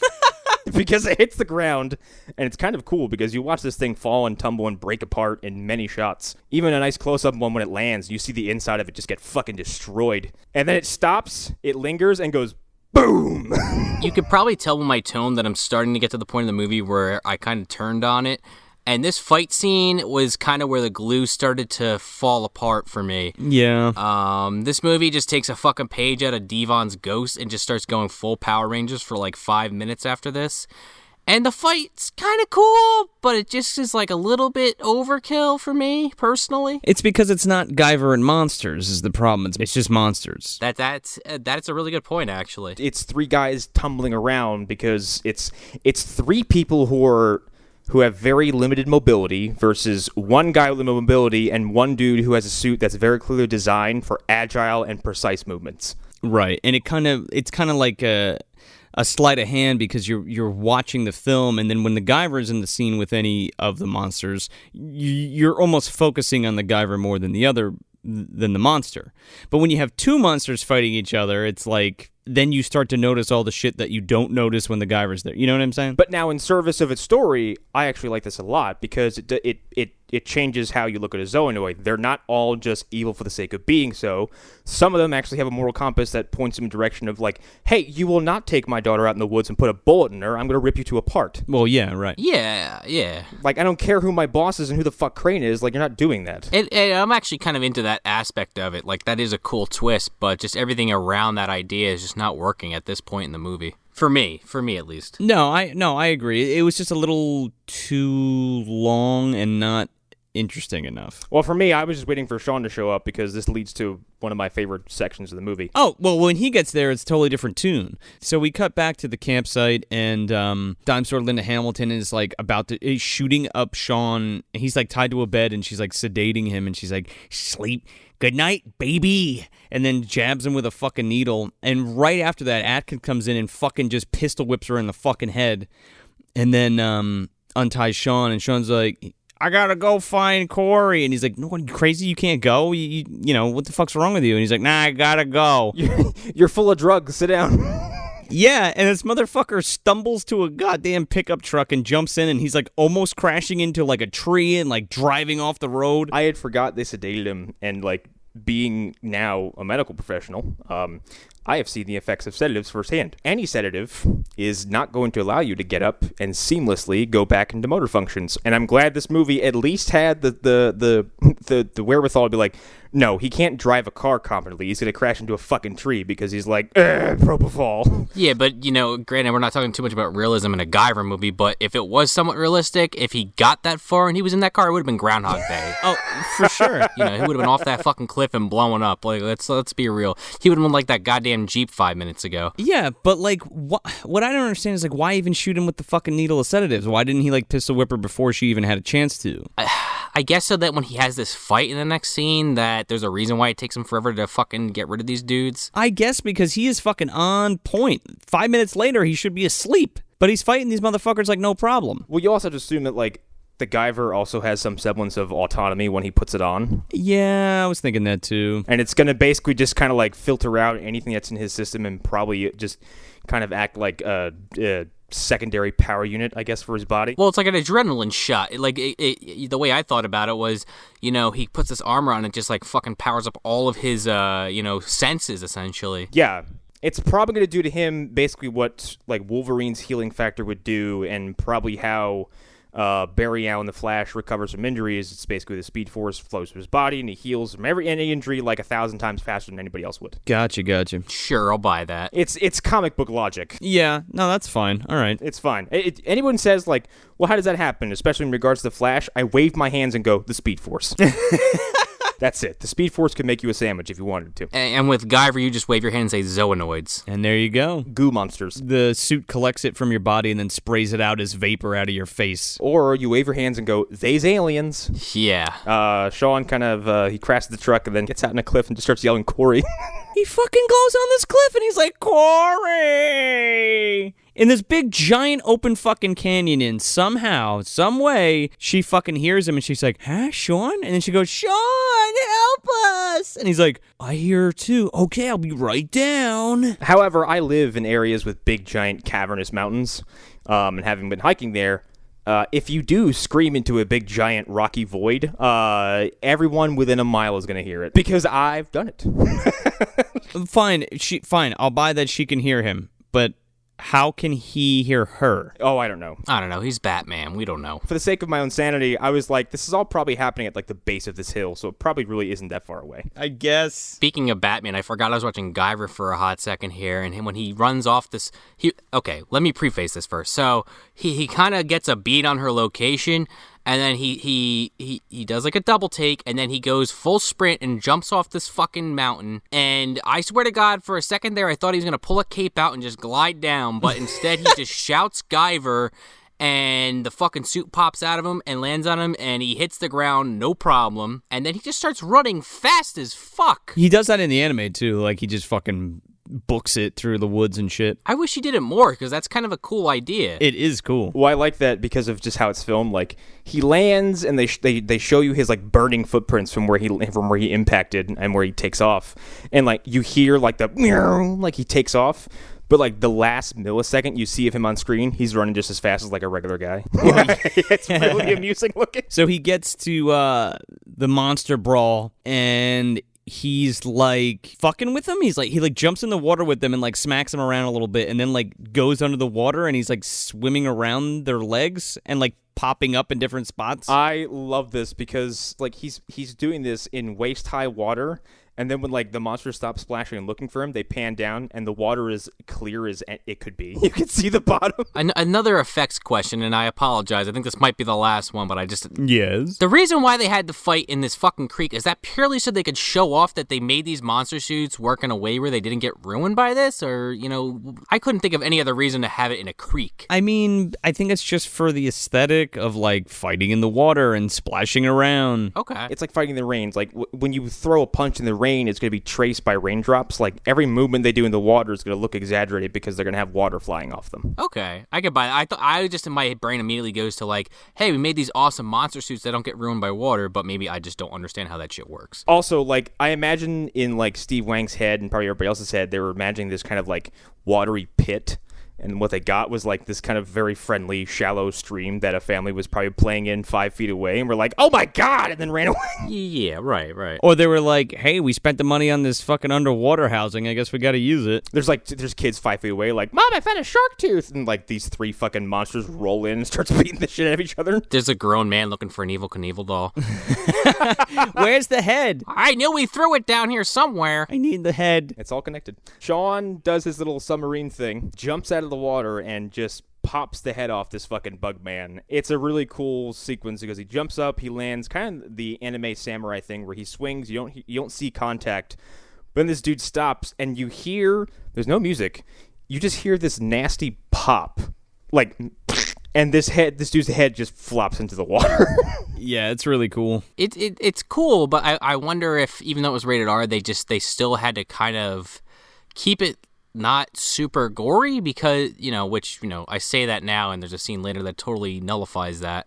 But, he slices the head and you kind of get it from a back angle. You just see the head fall into the water and then the body fall in the blood pool. But they never really, other than this one scene that we're about to get to, show him do this damage. And I wonder if that was just a ratings issue or it just looked like shit so they didn't use the shot. It could be anything. It could be like, maybe there wasn't time or money in the day to have this full suit be decapitated. Right, and I understand I'm doing a lot of speculating with this film because I'm just trying to wrap my head around some of the decisions that were made. I don't have the answers. I think it was just a style choice, honestly. It looks like a pan and scan, like it was wider and then they fucking zoomed it in. Yes. The head comes off, but it's not bloody. No, you see the decapitated head and you see the body fall in the water and the water fills with red. Now that I'm thinking back on it, maybe, yeah, you're right, it is stylistic, but it just, the way I thought about it was every time that someone gets their head sliced, it's like from behind. But again, it could just be a stylistic choice. That's a good point. Like gratuitous decapitation, you mean? Yeah, I don't know. That's a stupid thing to get hung up on, but, here we are. For every sequence of, like, violence that was cut down or framed kind of maybe improperly, there's one usually immediately afterwards or a short time later that completely makes up for it because Sean backs this rhino thing up onto the shore, and they have a fucking brawl. This is my second favorite action sequence in the movie, and they have a full-on...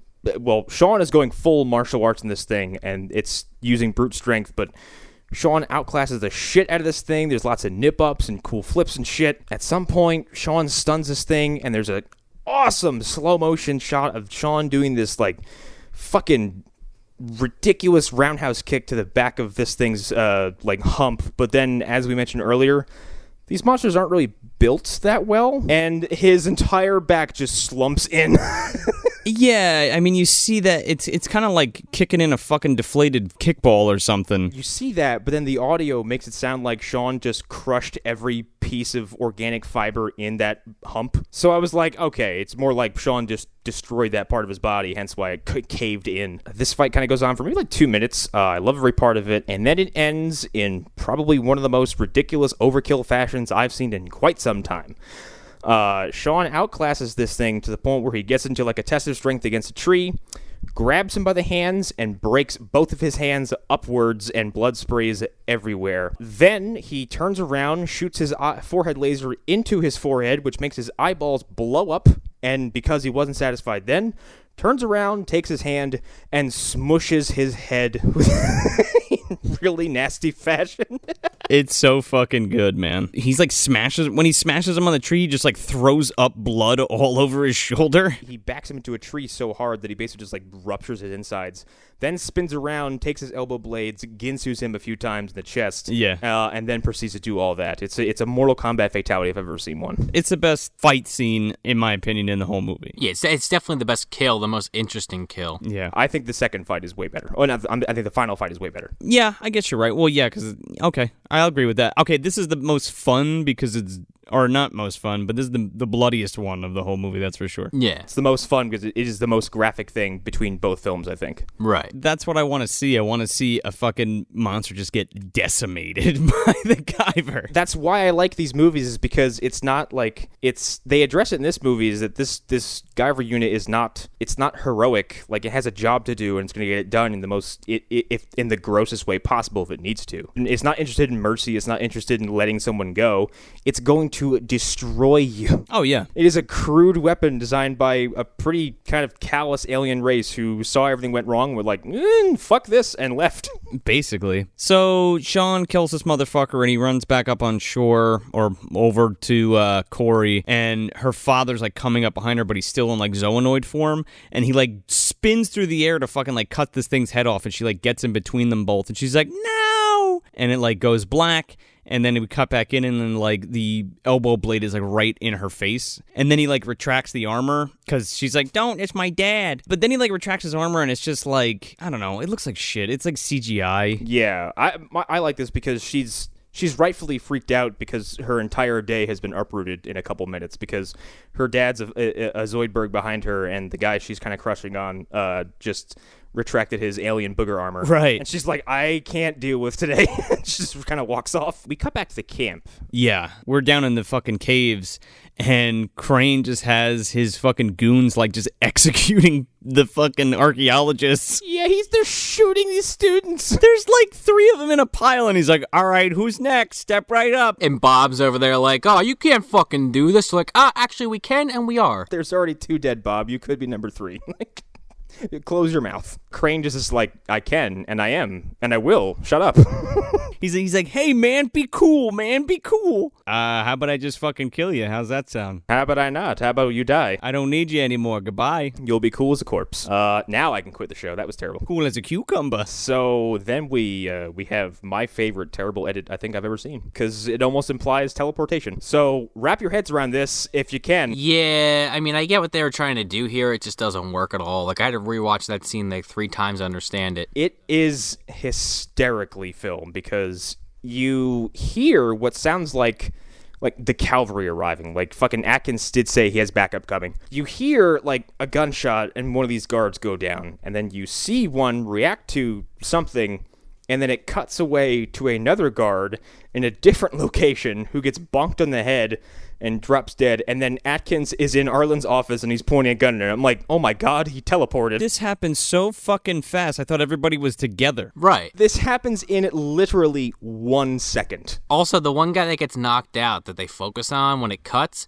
just like falls on the ground, dying in zoonoid form randomly, just starts like bleeding out. Doesn't melt like in the first movie, just is there bleeding. He starts to transform and then gets like stabbed in the head, I suppose? Yeah, right in the forehead because he's bleeding out. Well, foreheads, Guyver. Atkins is using his CQC. He learned it from David Hayter. Let's just complete the reference. Are you telling me that Solid Snake is also a time traveler? Well, we're not going to get into that right now. You do that in your own time. Can make some assumptions here, but, we'll save that for another day. John Hurt just reaches through a portal and grabs him.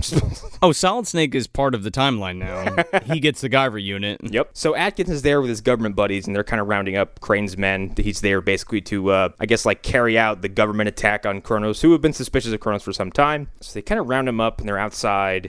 And he's like, oh, wait for backup to appear. And Crane's like, he says something like, what about my backup? And we cut to like a sniper hanging out in the woods.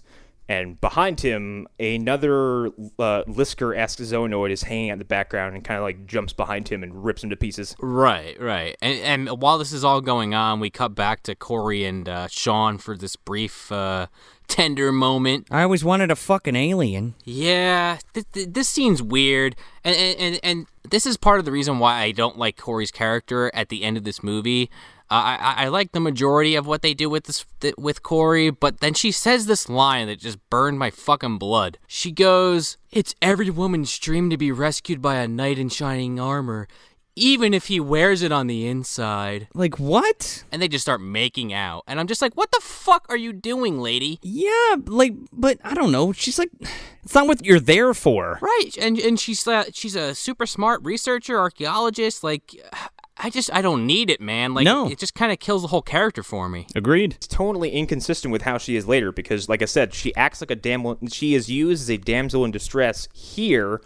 And then later on is perfectly capable of defending not just herself, but her family. The fact that she is badass at the end of the movie doesn't change the fact that she's played up as a stereotype to me, because even though she has that moment to shine, when she says shit like this and every word out of her mouth is about, either stopping Crane or helping Sean, it just starts to be like, all right, come on, like, you were better than this earlier in the film, like, come on, man. You have a very clear purpose for this role, and the script is doing you no favors. Right, she should have been more concerned about her father getting killed, or Sean, I don't know. I don't know what she should have done, but I wasn't thrilled with this revelation, I guess I should say. The whole romance with Corey, like, Corey could exist in this movie and not be a love interest. She could just be someone else there who also makes it out of the cave. Right, she could just be this woman that is on the dig, and these two just work together. What probably happened is someone was like, what do you mean she's in the movie? She's capable. And then this 75,000-year-old movie-making executive is swinging a cigar around. He's like, I've had syphilis 18 times. You better make her a love interest or I'm not funding your movie. Yeah, right? She needs to be the fucking meat man, okay? Now I have to go to the hospital where they're gonna put some young blood into me so I don't die tomorrow. I was best friends with Dino. She needs a man to save her. For God's sake, put it in the film. That's a running joke from Phantom Zone, where we blame every bad Hollywood creative decision on ancient, Death Lord executive producers who all should have died 50 years ago. Well, it's like the producer of Tim and Eric's $1 billion movie, if you ever see that. I haven't. Guy's fucking spot on. Look it up. And I'm pretty sure it's like a famous B-movie actor, but don't quote me on that. So they're back at this dig, and the Lisker Zoanoid, who I can't remember what this... The not Lisker is the way I refer to him. Yeah, he has a name. He has a character name, but I can't remember what it is. It's the Lisker makeup from the first movie. It's the exact same, costume, which... Whatever. It's they had the mold, so fuck it. They had the mold, and it's cool looking, and I fucking like it, so I don't care. Yeah. Well, you guys had mentioned right before this that this not Lisker had come in and started killing all of Atkins' help, and Atkins, right before this happens, has Crane and Linda Hamilton and the security ball cap guy, one of the other ones that's still alive, basically round up with guns to their head, and he's like, yeah, don't even try to transform or you're dead. And then this guy comes in, and Atkins is like, ah, shit. We need to figure this out. And meanwhile, David Hayter and Corey walking in the background are just like, oh, this, okay, they didn't notice it yet. Let's go in the cave. Okay, let's not try to help Atkins at all or anything. We're just going to go in the cave. Okay. I was thinking the same thing. Why the fuck wouldn't he just transform and start beating motherfuckers? Well, because we have to have the lore dump. Oh, yeah. Because here it comes. I forgot. The lore dump that we just visualize and never actually have explained to us. Well, no, we do have it explained to us, but it comes in pieces towards the end of the film. Basically, Sean explains this vision he has. Okay, so basically... Sean puts the Guyver suit back on and goes back into the cave. Meanwhile, and during all this, he has convinced Corey, we need to blow this ship up because, we can't let the Zoanoids get it, but also, we can't let the government have it because obvious. Because the government's not going to do much good with it. They're going to fucking use it and weaponize it like everyone would think they would. Which is what Kronos is doing. Yeah, so at that point, it's why have the lesser of two evils and you just blow the shit up and nobody has it? Exactly. So, meanwhile, the ship starts calling Sean, and Corey's like, don't fight it, go do what you have to do. So he puts the suit back on, and he goes into this mainframe again, and now because he has the suit on, and he has the central unit, the ship can communicate with him, and basically gives him the entire origin of the Zoanoids and the Guyvers, and basically... These aliens, who are still nameless, came to the planet and basically seeded it. We had a long shot of, several different animals and life forms in, pod form. It's very Prometheus. Yeah, and one of them was, early man. Yeah, one of them is early man, and there's a shot where the early man kind of transitions into a beastly form, and you're kind of left to think, oh, that's the first Zoanoid. And then it cuts to a gathering of early men around a campfire, and they all transform into various Guyver 1 monsters. Yeah. One is even Cockroach Mark Hamill. It is. Even with his eyes. Yep. I think, again, that's all reused. And, that little tree stump-looking motherfucker, yeah, he's there, too. That's there, too. The Lisker thing shows up again, which, that one is, okay, because it's shown up more than once already, it's fine. It's whatever. You've established that there are different strains of these things, and you can have multiple of the same. Totally fine with that. This lore dump / flashback that you get also is where you see for the first time these, I mentioned earlier, these cone head looking spaceships. At least on the ground, that's kind of what they look like. Once they're in their flying state. Yeah, they're kind of cool looking because, like, the bottom of them are the kind of these landing anchors, I guess. Well, they look like Portuguese manowars when they're actually flying. It's kind of cool looking. Yeah! During this flashback, you get to see what I guess would be the first Guyver unit, and it looks fucking awesome. It is a completely separate design from Sean's and another one, which we'll talk about soon. And it looks cool as shit. And I can probably guarantee there was supposed to be more done with that because it's a fully realized suit. It's not a shortcut. Well, that's the thing. There's 3 Guyvers in the anime. Yeah. So it could have easily been 3 Guyvers in this movie. If you want to make Corey's character interesting, keep that character involved with the plot in a way that is appealing to everyone.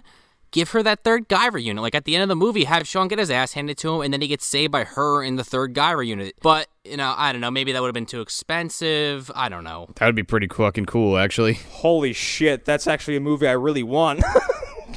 Oh my god, that's awesome. I think they probably had to get this finale done quickly. Oh, no, I don't doubt that at all. I'm just saying, pipe dream scenario, this could have been a cool thing to see. There's lots of great potential buried in this entire 3rd act. That probably, in a very equilibrium sense, like, once they got to it, they're like, fuck, we don't have time for half of this. There's like a real quick scene where Crane is talking to the big boss again, and he's like, what do you mean you don't have the Guyver? And he's like, we don't have it yet. Give me another hour. And he's like, you have 1 more hour to get me the Guyver. And so he's like, well, better get the secret weapon. And he fucking opens the case that has the broken Guyver unit in it. And woo, foreshadowing. So back in the cave, Sean gets all this information relayed to him. And Crane and his cronies come into the central room again and kind of stumble upon Corey as she's getting ready to blow up all this dynamite, or setting all the dynamite. And they have a little back and forth. Crane takes her dad comes back in, he's like, we had a deal!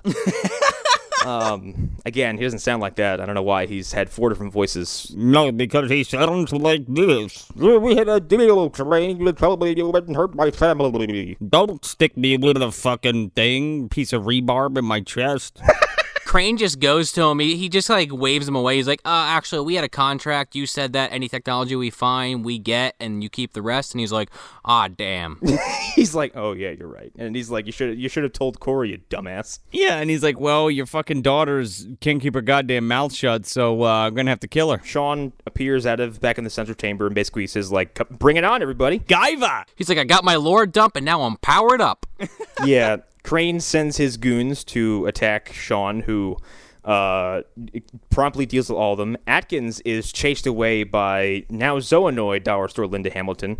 Yeah, she's dumb looking. She looks like shit. She's got, she's just bumpy. That's her main character trait. Everybody else is a monster, and she just kind of looks like a stupid demon thing. Yeah, I don't know. I think it looks kind of cool, but in the context of a Zoanoid, it does look like shit. Well, the only cool thing I liked about her was that, they managed to keep her ponytail, in the aesthetic design of her creature, because she has this kind of long, gross thing hanging out the back of her head. She looks like an ice giant or some shit. It looks like Bib Fortuna fucked the Xenomorph. It looks like a not as interesting version of the thing from Species. Kinda. Oh, yeah. Like a Giga reject? Yes. You know what it looks like? I just realized. It looks like a female version of Schwarzenegger's Mr. Freeze. Minus the fucking armor. That too. So it chases Atkins, who has the case where he thinks the Guyver unit is in.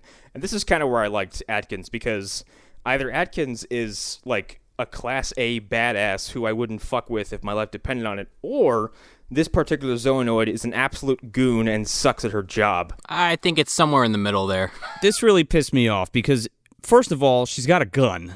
And I'm like, why? If you're a fucking monster, why do you need a gun? Well, I can explain that, because why walk up to something and rip it to shreds when you can just kill them from a distance? It's kind of the point of turning into the monster.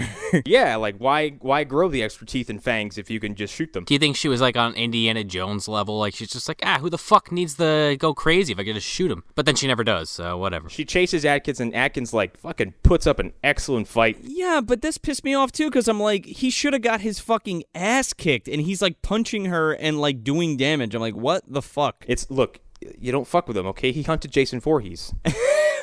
All right? He knows what he's doing. He survived that backbreaker. He's fine. He's full of shit. Look, Creighton Duke sucks. I like this guy a lot better. Meanwhile, Marcus is just beating Well, he's not beating on Crane. He's trying to beat Crane, and Crane's just beating the living lights out of him. And he's like, Marcus, you're fired. Oh, damn it, you stepped on it. I love that sequence. All right, Marcus transforms, and Marcus has the second coolest transformation in the movie because he does kind of a similar thing where he's kind of like mid-emote, and then he starts to transform, and he leaps onto Crane, and as he does, they both kind of fall out of frame, but you can see Marcus's clothes like tearing off and flying off into pieces of fabric, like in the background. It's kind of interesting.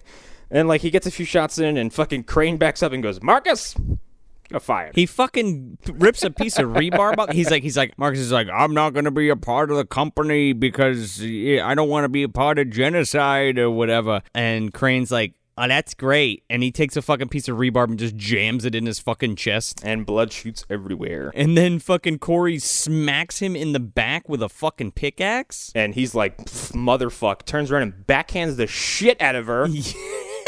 Well, as we learned in MacGyver 1, bullets don't do a goddamn thing, but you grab a microscope and you could kill this thing in one fucking hit. So the fact that the pickaxe works is not a shock at all. The fucking MacGyver. So Corey gets backhanded and gets her face blooded and kind of like doesn't just stay out of the fight. She gets up and she's like, oh, fuck.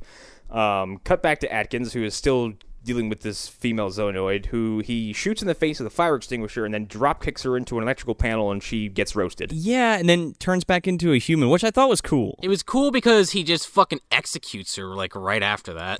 She's like shocked and like all roasted in the ground, and she still grabs his leg and he just puts two inside of her and just like walks on and he goes, bitch, and walks away. Yeah.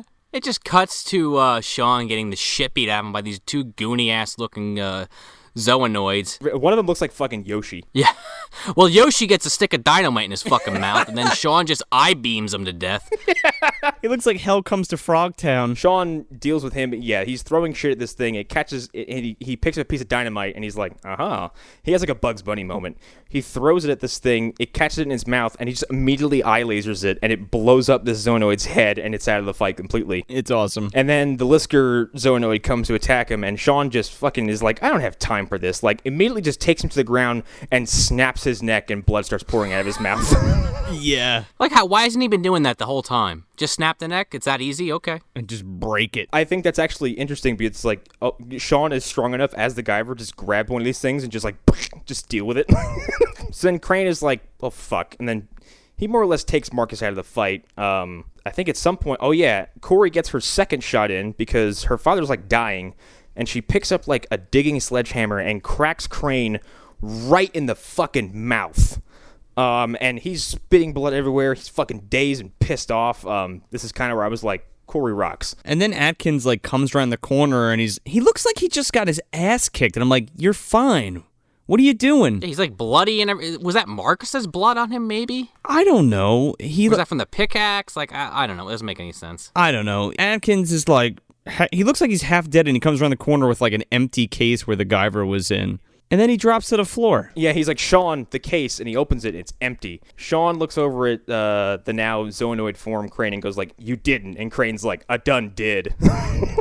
Here it comes. He says something to lead up to this. Then he says biomorph. Biomorph, that's what it is. And then becomes the badass looking Guyver zoonoid. Holy shit, this design is amazing. Okay, so here it comes again. The Guyver, the third Guyver unit in the anime, this is basically what it looks like, save for like the big gill part. Yeah. Like where his gills would be. Other than that, it looks nearly identical to it. This design is cool as fuck, and I think the blades, the kind of the swords it has, are in a much more practical place. Yeah, he's like Baraka. Yeah, that's exactly.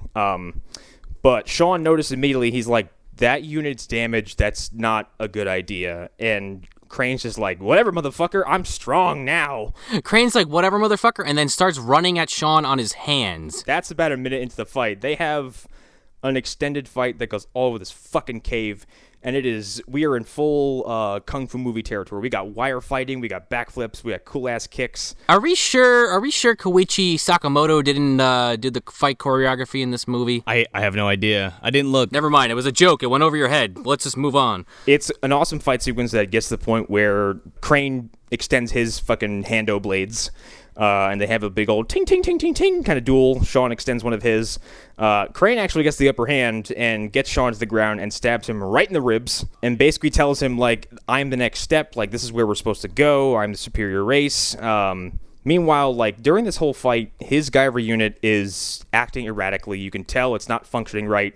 He's having twitches. You can hear, like, these little sounds that insinuate that, like, it's completely unstable. His center unit is blinking red the entire time, like it's a check engine light. And even towards the end of this fight, Sean is like, that unit is fucked up and you shouldn't be wearing it. And as soon as he's about to put the final blow into Sean, Corey grabs a pistol and shoots Crane straight in the forehead. Right in the dome. Right in the fucking damaged unit, and he begins screaming in agony. And Sean pushes him off him, gets up, and pulls the old classic move, reaches forward and grabs the unit and horrifyingly yanks it out. And then, because Sean's angry, I guess, gives Crane like 3 or 4 more shots to the forehead.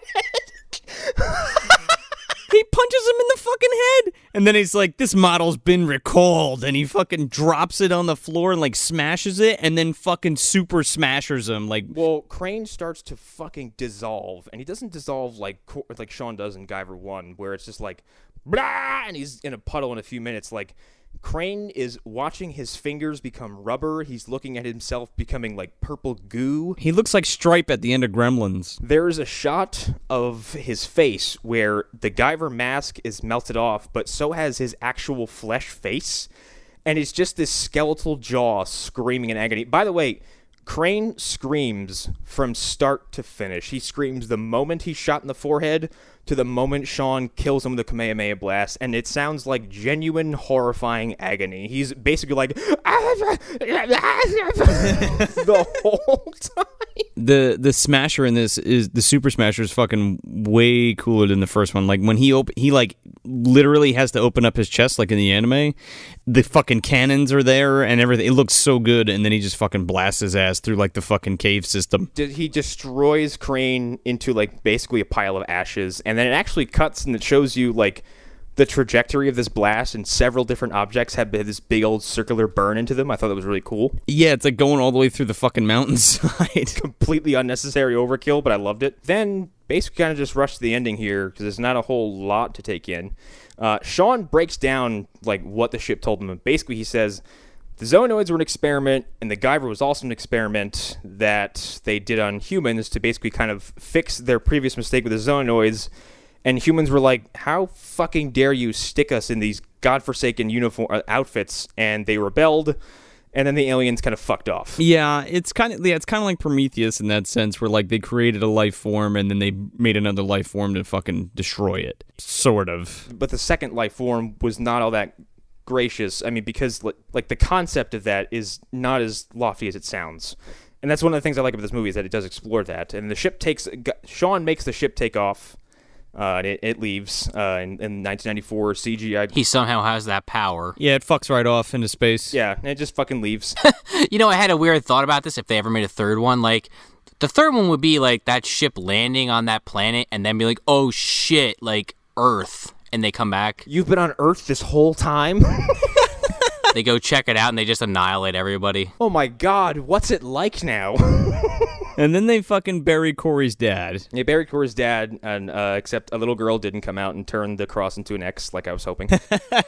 And then Atkins is like, "Hey, we're gonna wage an underground war against Kronos. Are you in?" And Sean is like, "Bye," and just him and Corey drive off. He's like, "Nah, I'm good. See ya." Their fate is kind of left up in the air as they just try and kind of drive off together, and then it's over. Atkins is like, how do I contact you? What do I do? And then he just points to the bat signal. He gave us a signal. This whole movie's basically about Sean finding his purpose, right? Yeah. And his purpose is basically to kill Zoonoids. So I don't get why he doesn't like go with Atkins or like... Maybe he's afraid they're going to go all ET on his ass. I guess. Atkins is like, come on, let's team up. Like Milli Vanilli, let's do it. I mean, I wouldn't trust the government if I was Sean either, because like, I'm going to make a very lofty comparison here. It's like the Sokovia Accords from Civil War, in that Captain America says like, what if they send us someplace we know we shouldn't be, and what if they don't let us go a place we need to be? Yeah. Like, I think the Guyver weapon in the hands of the U.S. government would be... because like, for all Sean knows, is like, hey, go to Venezuela and why don't you kill a dictator for us? No, absolutely. I mean, I totally get that. I agree with that logic, but I think Sean is just more all about, like, he doesn't think anybody should have this technology, and he just doesn't give a shit. He just wants a normal life. Like, if he's got to fight these guys again, he will, but as far as he's concerned, he's going to go fishing and live his life out and not worry about it. Yes, he doesn't want to have to do it. He will do it when it's necessary. Now he's just going to go fuck. He doesn't have to worry about anything. Well, I mean, that's a goal I think we can all relate to. Like, basically, he's like, I got a bitch with me. I'm good. See ya. If you gave me the option of, like, hey, in 5 days, you have to go fight a fishman, would you want to go? Also, right now, you may have a chance to get laid. What do you choose? It's like, bye. Yeah, well, yeah, obviously. I don't want to go fight the fishman. The fishman can wait. I gotta take care of some business. Yeah, the Zoonoid's been here for a while. They're gonna be here afterwards. So the movie ends with them driving off, and Atkins kind of just like shaking his head like, we'll meet again, kid. And then it just cuts to black. Jimmy Walker comes in. Yeah, I was waiting for that just randomly. See, now as a child, I distinctly remember there being a different version of the ending where we see this dude that's been on the TV for a while, but I could be just imagining that. Like, I thought we got more with him. I thought so too, but I guess not. Maybe not the director's cut? I don't know. I have the director's cut, but like, I mean, I think we all watched the director's cut, but it could have been like a TV cut? That might, well, yeah, because most of what I've seen Guyver 2 was TV. Yeah, but TV usually has a bunch of scenes that are like reinstated. Yeah. Especially if you watched like horror movies on Sci-Fi or USA or something. Oh, yeah, Halloween has plot lines that only exist because of the TV versions. Yeah, John Carpenter's furious with that shit. He's like, I didn't want this to happen. Exactly. So where are we putting this boy? This is a shelf movie for me. It's the same as the first movie. I love this movie. I like this movie more than the first one because I think this movie has more of a concrete central theme. I think the fights are better. There's no needless comedy, and I love the way both Guyver suits look. I definitely think this movie is a dumpster movie for me. This is gonna sound bad, but I think I actually like the first one better, and I hated the first one, so take that how you will. This movie, I will say, kind of like how Connor had sold me on it with the previous episode for Guyver 1, the fight scenes, for the most part, are a lot better. There's a little bit of the good stuff with the gore, and, I actually think I prefer David Hayter as Sean than the guy that played him in the first movie. I think most people do. Yeah, but the rest of the movie, I don't know, the plot, as silly as the first one could get, I was more into what was going on moment to moment, whereas this movie, I was just kind of sitting there, waiting for shit to happen for way too long, and then when it did, I was like, whoa, okay, I gotta pay attention now. And, maybe chalk that up to the director's cut. I would be interested to possibly revisit this movie, watch the original cut, see if that's going to improve it at all. But currently, I would definitely say it's in the dumpster. It's like mid-level. It's not the worst thing we watch by any stretch, but it's definitely, at least in my opinion, worse than the first movie, even without the comedy. I think we've actually just come off watching two of the worst things we've ever seen. So for me, this is a fantastic rebound. Anything's an improvement over what the fuck we just watched. This is on the shelf for me, but I very much enjoyed the first one better than this one. There's some good gore in this, there's some great choreography, but on the whole, it's just kind of flat to me. No, I feel exactly the same way. It's very bleh in terms of sets and what's going on. I feel like the first film is much more rich in atmosphere. Okay. I think that's what it is. Yeah. Also, the filmmaking is better in the first movie. Yeah. Like, the choreography is better in the second movie, but the actual filmmaking is better in the first movie. Like, somewhere between the first and second movie, as far as the spectrum goes, like, there is a perfect version of both of these movies that sits right in the middle, because... And that's the anime.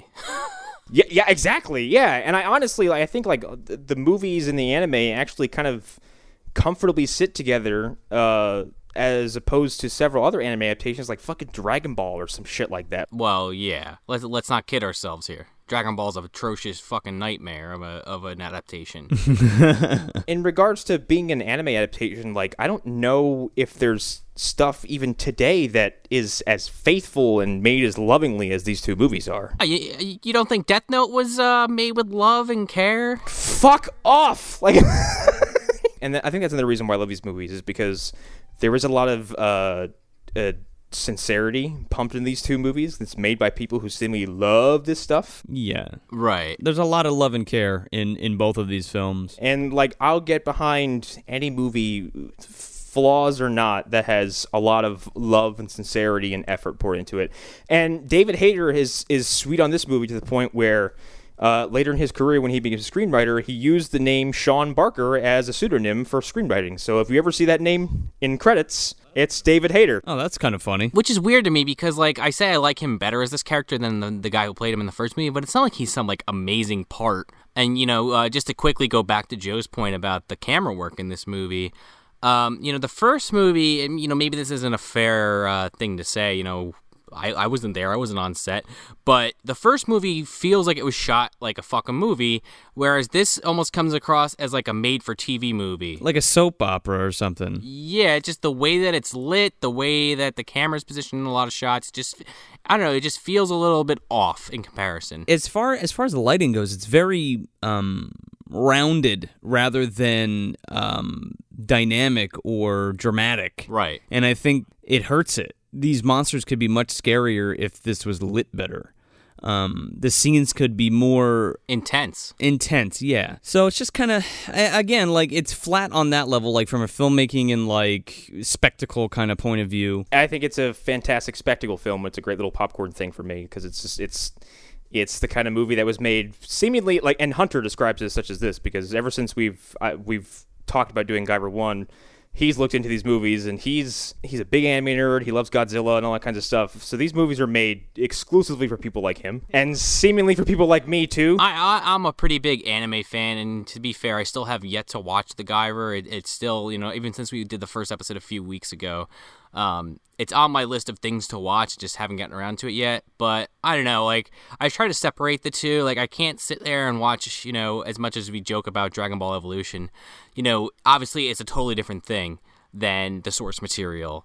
And, I do the same thing with Game of Thrones. It's impossible not to compare the two, even if you, in your head, are like, oh, this is this and this is that. It just, you're going to make those comparisons. So, I think it both hurts and helps this film that it's an adaptation. We crossed that film with Death Note, because Death Note isn't just a bad adaptation. Death Note's a horrible fucking movie. Right. But I don't hate this movie. It's just not as good. I don't think it's as good as the first one. It's kind of boring. But again, that could be due to the director's cut and all the extra kind of bullshit that we don't need in it. Yeah, because what is the director's cut, like 20 minutes longer? He's 20 or 30, I think. Yeah, the runtime for the theatrical was like 96, and then the director's is like 123. Oof. Yeah, like, goddamn. My fucking god. That's okay. That's the difference between the Batman vs Superman theatrical and director's cut, and in a completely different direction. Like, the BVS director's cut is a fucking superior film because they fill in all those massive plot pits that got left in there, and there's stuff in there that actually connects the movie better. And in this, I think a lot of it is just like, that could go, that could go, that could go, this doesn't need to be here, like, this is taking too long. Yeah, for sure. Right, and maybe we'll revisit this one day, take a look at the original cut, maybe do like a mini episode. Not making any promises, but maybe that's an idea we can ponder on. Well, here's the thing, and this might entice some people. Arlen has decided to break our no anime rule for Phantom Zone and wants to cover the Guyver movies for Phantom Zone in a completely different way, and that might be an opportunity for a crossover event.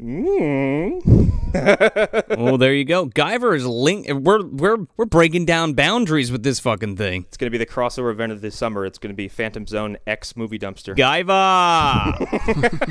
I'm with it. It's a lot of fucking Guyver this year. I like it. So that's it. That's Guyver, Dark Hero from 1994, directed by Steve Wang. I'm Joel Escola. I'm Sean O'Rourke. I'm Connor McGraw. Thanks for visiting the dumpster. How does it feel to be obsolete? Outclassed by new model. Crane! Sorry, Crane. This model has been recalled.